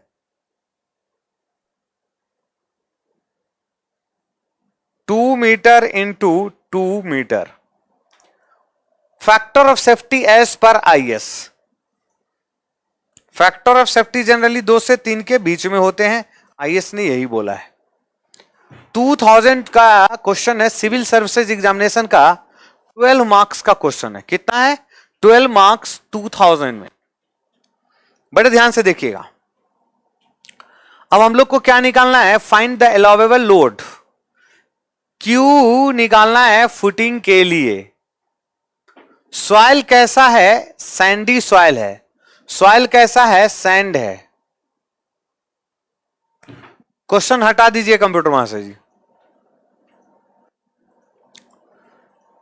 अभी अभी हम लोगों ने बात जब करना स्टार्ट किए थे तो हम लोगों ने क्या लिखा था, QUF divided by QUP is equal to VF divided by BP। यही लिखे थे हम लोगों ने, BF divided by BP into Q ये। तो QUF is equal to BF divided by BP into QUP। Sandy soil है। Width of footing 2 metre, width of plate 0.3 metre, KG, KG 2 kg पर सेंटीमीटर स्क्वायर। ये metre से metre cancel, ये coefficient, मतलब 2 into 4 into 10/3 kg पर centimetre square is equals to 40 divide by 3, 13.33 kg पर centimetre square, that is QUF। QUF is equals to 13.33 kg पर centimetre square. अब बड़े ध्यान से देखिएगा, क्या कह रहा है कि आपको क्या करना है, फैक्टर ऑफ सेफ्टी खुद ही एज्यूम करना है कि कितना होगा। इसका मतलब Q सेफ मुझे निकालना है, समझिएगा, Q कितना लोड लग रहा है ये सेफ निकालना है। तो allowable is equal to QF divided by factor of safety. अगर मैं ये सेटलमेंट के थ्रू निकालता तो मैं फैक्टर ऑफ सेफ्टी नहीं लेता। तो जनरली क्या होगा, 13.33 kg पर centimetre square divided by factor of safety, मैंने क्या बोला था, नहीं दिया हो तो मैक्सिमम, तो कितना 4 पॉइंट कितना के लगभग आएगा, 144 kg पर centimetre square. This is the answer. अब समझ में आया होगा कि मैंने वहां पे कितना जोर डाला था। ये सिविल सर्विसेज एग्जामिनेशन में 12 नंबर का क्वेश्चन है, तो अगर आप ढंग से नहीं पढ़ोगे तो क्वेश्चन नहीं बनेंगे, इस बात के लिए आप एश्योर्ड हो जाइए, ठीक है। तो दिस इज द कंडीशन। अब थोड़ा सा आप लोग समझ में आ गया होगा कि हम लोग कर क्या रहे हैं। फॉर्मुलेशन समझ में आ गया, सेटलमेंट निकाल लिए और बियरिंग कैपेसिटी निकाल दिए। अब हम लोग थोड़े से और एक्यूरेट क्वेश्चन पे आएंगे। लोड और सेटलमेंट जैसे वर्ड पे हम लोग यूज किए थे कि लोड एंड सेटलमेंट का जो कर्व है उससे हम लोग को कुछ कुछ निकालना होता है। क्या क्या निकालना होता है थ्योरी में पढ़े, अब उसको न्यूमेरिकल में हम लोग करके देखते हैं कि कैसे हम लोग निकालेंगे। तो कंप्यूटर महाशय जी नेक्स्ट क्वेश्चन लगाइएगा बड़े ध्यान से।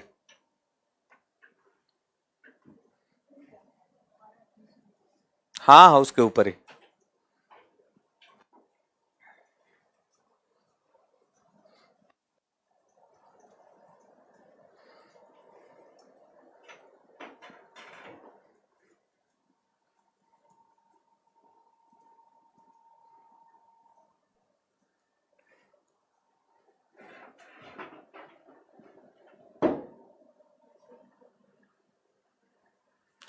कर दीजिएगा तो कर दीजिए। 15 मार्क्स का IES 1996 का क्वेश्चन है। लोड इंटेंसिटी टन पर मीटर स्क्वायर में है और सेटलमेंट दे रखा है mm में, ठीक है।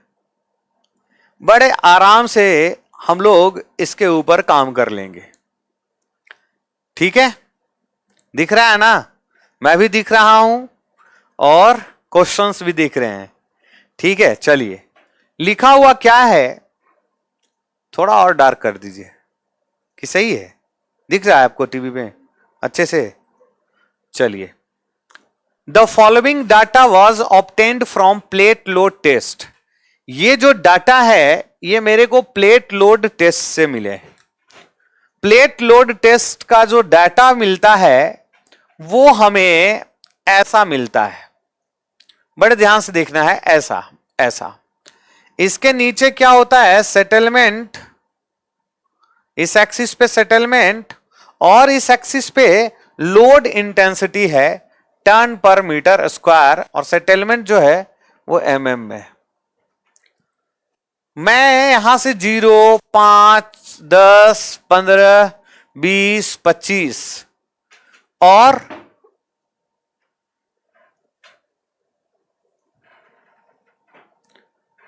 5, 10, 15, 20, 25, 30, 35, 40 ये है। और लोड इंटेंसिटी जो है यहां पे 0, 2, 4, 7.5, 11.0 ये इस तरीके से है। बट ध्यान से देखिएगा, अब देखो कर्व बनाना बड़ा थोड़ा मुश्किल है, लेकिन फिर भी हम लोग देखने की कोशिश करेंगे कि क्या हो रहा है। 2 है, 4 है और 7.5 है और यहां पे 11 है, 16.3 है, 23.5 है, 34.0 है और 45.0 है। इस तरीके से कर्व है कोई। पहली बात तो जो बोला वो हमने लिख लिया। On a 60 centimetre square test plate at a depth of 2 metre below. मतलब जो पूछ रहा है, बोल रहा है कि स्क्वायर जो है, साइज जो है 60 सेंटीमीटर प्लेट का विड्थ है। प्लेट विड्थ मतलब VP is equal to 60 centimetre, ये है BP is equal to 60 centimetre. ठीक है, सैंडी सॉइल पे है। Which the extends up to a large depth, बिल्कुल। Determine the settlement of a foundation 3 metre into 3 metre कैरी। Foundation जो है 3 मीटर इंटू 3 मीटर ये आ रहे हैं। ठीक है, carrying a load of 110 ton. Load जो है 110 टन है। डेप्थ जो है 2 मीटर पे ही है, 2 मीटर पे ही है। कहानी खत्म। मेरे को निकालने के लिए क्या कह रहा है, अब ये चीजें थोड़े से समझना है। Determine the settlement of foundation 3 metre into 3 metre. Foundation का सेटलमेंट मुझे चाहिए कि सेटलमेंट कितना है। क्वेश्चन हटा दीजिए।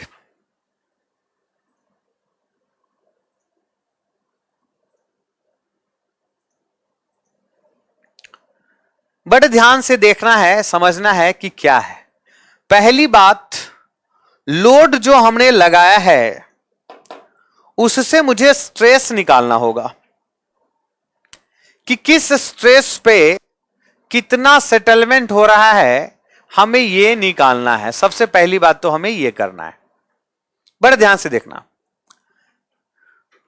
आराम से सोच समझ करके काम करना है। 110 किलो न्यूटन, 110 टन के ऊपर काम कर रहा है, लोड लगाए हैं, तो इसका स्ट्रेस कितना है ये मुझे निकालना है। मतलब बियरिंग कैपेसिटी यहां पे निकलेगा, मान लीजिए क्यू यू निकाल के मैं लेके आऊंगा तो लोड डिवाइडेड बाई एरिया आएगा। लोड कितना है 110 ton divided by area 3 into 3 metre square.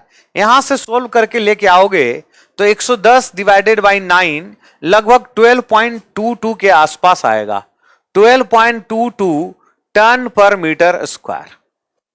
बड़े ध्यान से देखना, हम लोगों को क्या करना है कि हमने लोड कितना लगाया, मान लीजिए यहां पे 12, क्योंकि सेटलमेंट यहां से होना है 12.22 पे ये वाला वैल्यू कहां पे जाएगा, मुझे ये निकालना है कि कहां पे जाएगा, यहां पे जाएगा, कहां पे जाएगा, ये मुझे निकालना है।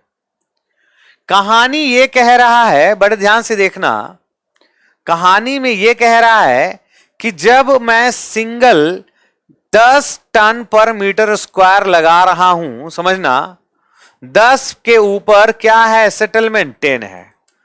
10 टन पर मीटर स्क्वायर लगा रहा हूं तो सेटलमेंट कितना है 4 mm है। और जब 15 है तो 7.5 है। 15 टन मीटर स्क्वायर है तो सेटलमेंट कितना है 7.5 mm है। मुझे इन दोनों के बीच में निकालना है, दैट इज 12.22 टन पर मीटर स्क्वायर। और इसके लिए मुझे सेटलमेंट का वैल्यू कितना आएगा, मैं इंटरपोलेशन करूंगा, कहानी सोल्व होंगे। और क्या है, मैं इंटरपोलेशन कैसे करता हूं, यहां पे 5 टन पर मीटर स्क्वायर का चेंजिंग है तो इधर 3.5 mm का है। 1 टन पर मीटर स्क्वायर पे चेंजिंग हो रहे हैं तो 3.5 mm डिवाइडेड बाई 5 टन पर मीटर स्क्वायर। मैं mm नहीं लिखूंगा, अपने आप जो मैं वैल्यू आएंगे mm में आएंगे। मुझे कितना चाहिए, यहां से यहां तक कितना है 2.22 पे आएंगे, तो 3.5 डिवाइडेड बाई 5 इंटू 2.222 मान लीजिए, इस तरीके से आएंगे। सोल्व करोगे तो 0.7 इंटू 2 लगभग 1.555 आएगा। और यहां से बढ़ाने के बाद वैल्यू कितना आएगा, ये इंटरपोलेशन मैं सब कुछ कर रखा हूं। तो सेटलमेंट जो आएगा प्लेट का वो दैट इज 5.555 आ गया। बड़े ध्यान से देखना, सेटलमेंट मेरे पास कितना आ गया है, सेटलमेंट आ गया प्लेट का, क्योंकि ये चीजें हमने क्यों किया है, सेटलमेंट ऑफ द प्लेट निकालने के लिए ही तो किया है मैंने। बात समझ में आया? तो सेटलमेंट ऑफ द प्लेट ये आ गया। मुझे क्या निकालना है, सेटलमेंट ऑफ द फुटिंग निकालना है। फॉर्मूला मुझे क्या है पता है, यहां से देखिएगा, S F divided by S P is equal to B F into B P plus 0.3 divided by B P into B F plus 0.3 का होल स्क्वायर, इस तरीके से। Width of footing, width of footing कितना है 3 metre, 3 into width of plate कितना है, width of plate 0.6 plus 0.3, यहां पे 0.6 इंटू 3 प्लस 0.3 का whole square. 0.6 plus 0.3 0.9, 0.9 into 3 2.7 divided by 2.7 divided by 3.3 into 6, 3.3 into 6 1.93 का whole square, 2.7 divided by answer का whole square 1.8595। SF SP into 1.8595 is equal to 5.555 into 1.8595। कहानी solve. 10.33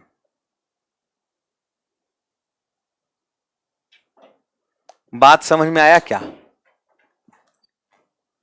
10.33 कहानी solve.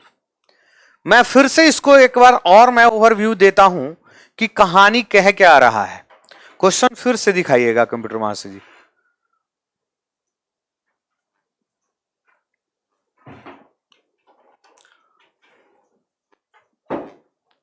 देखिएगा, मैं फिर से समझाता हूं।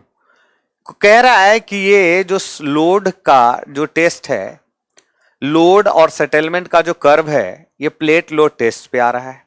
60 centimetre square test plate at a depth of 2 metre below ground surface on the sandy soil which extends up to a large depth determine the settlement of a foundation इतना carrying a load of इतना।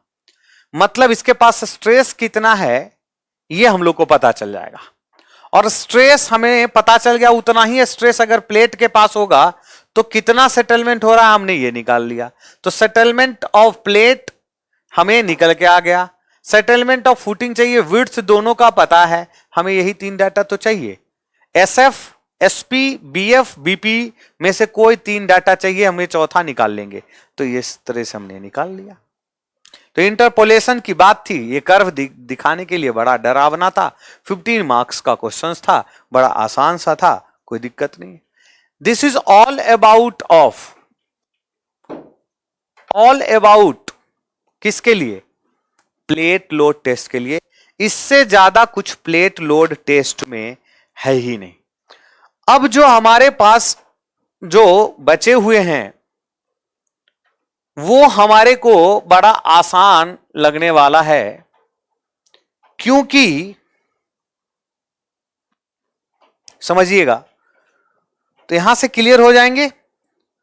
अब जो हम लोग को थोड़े से चीज बचा हुआ है जो कवर करना है हम लोग को, वो बड़ा सा रटने वाला है, समझने वाला चीज पूरा का पूरा खत्म हो गया। अब एक मेथड और, क्वेश्चन हटा दीजिए,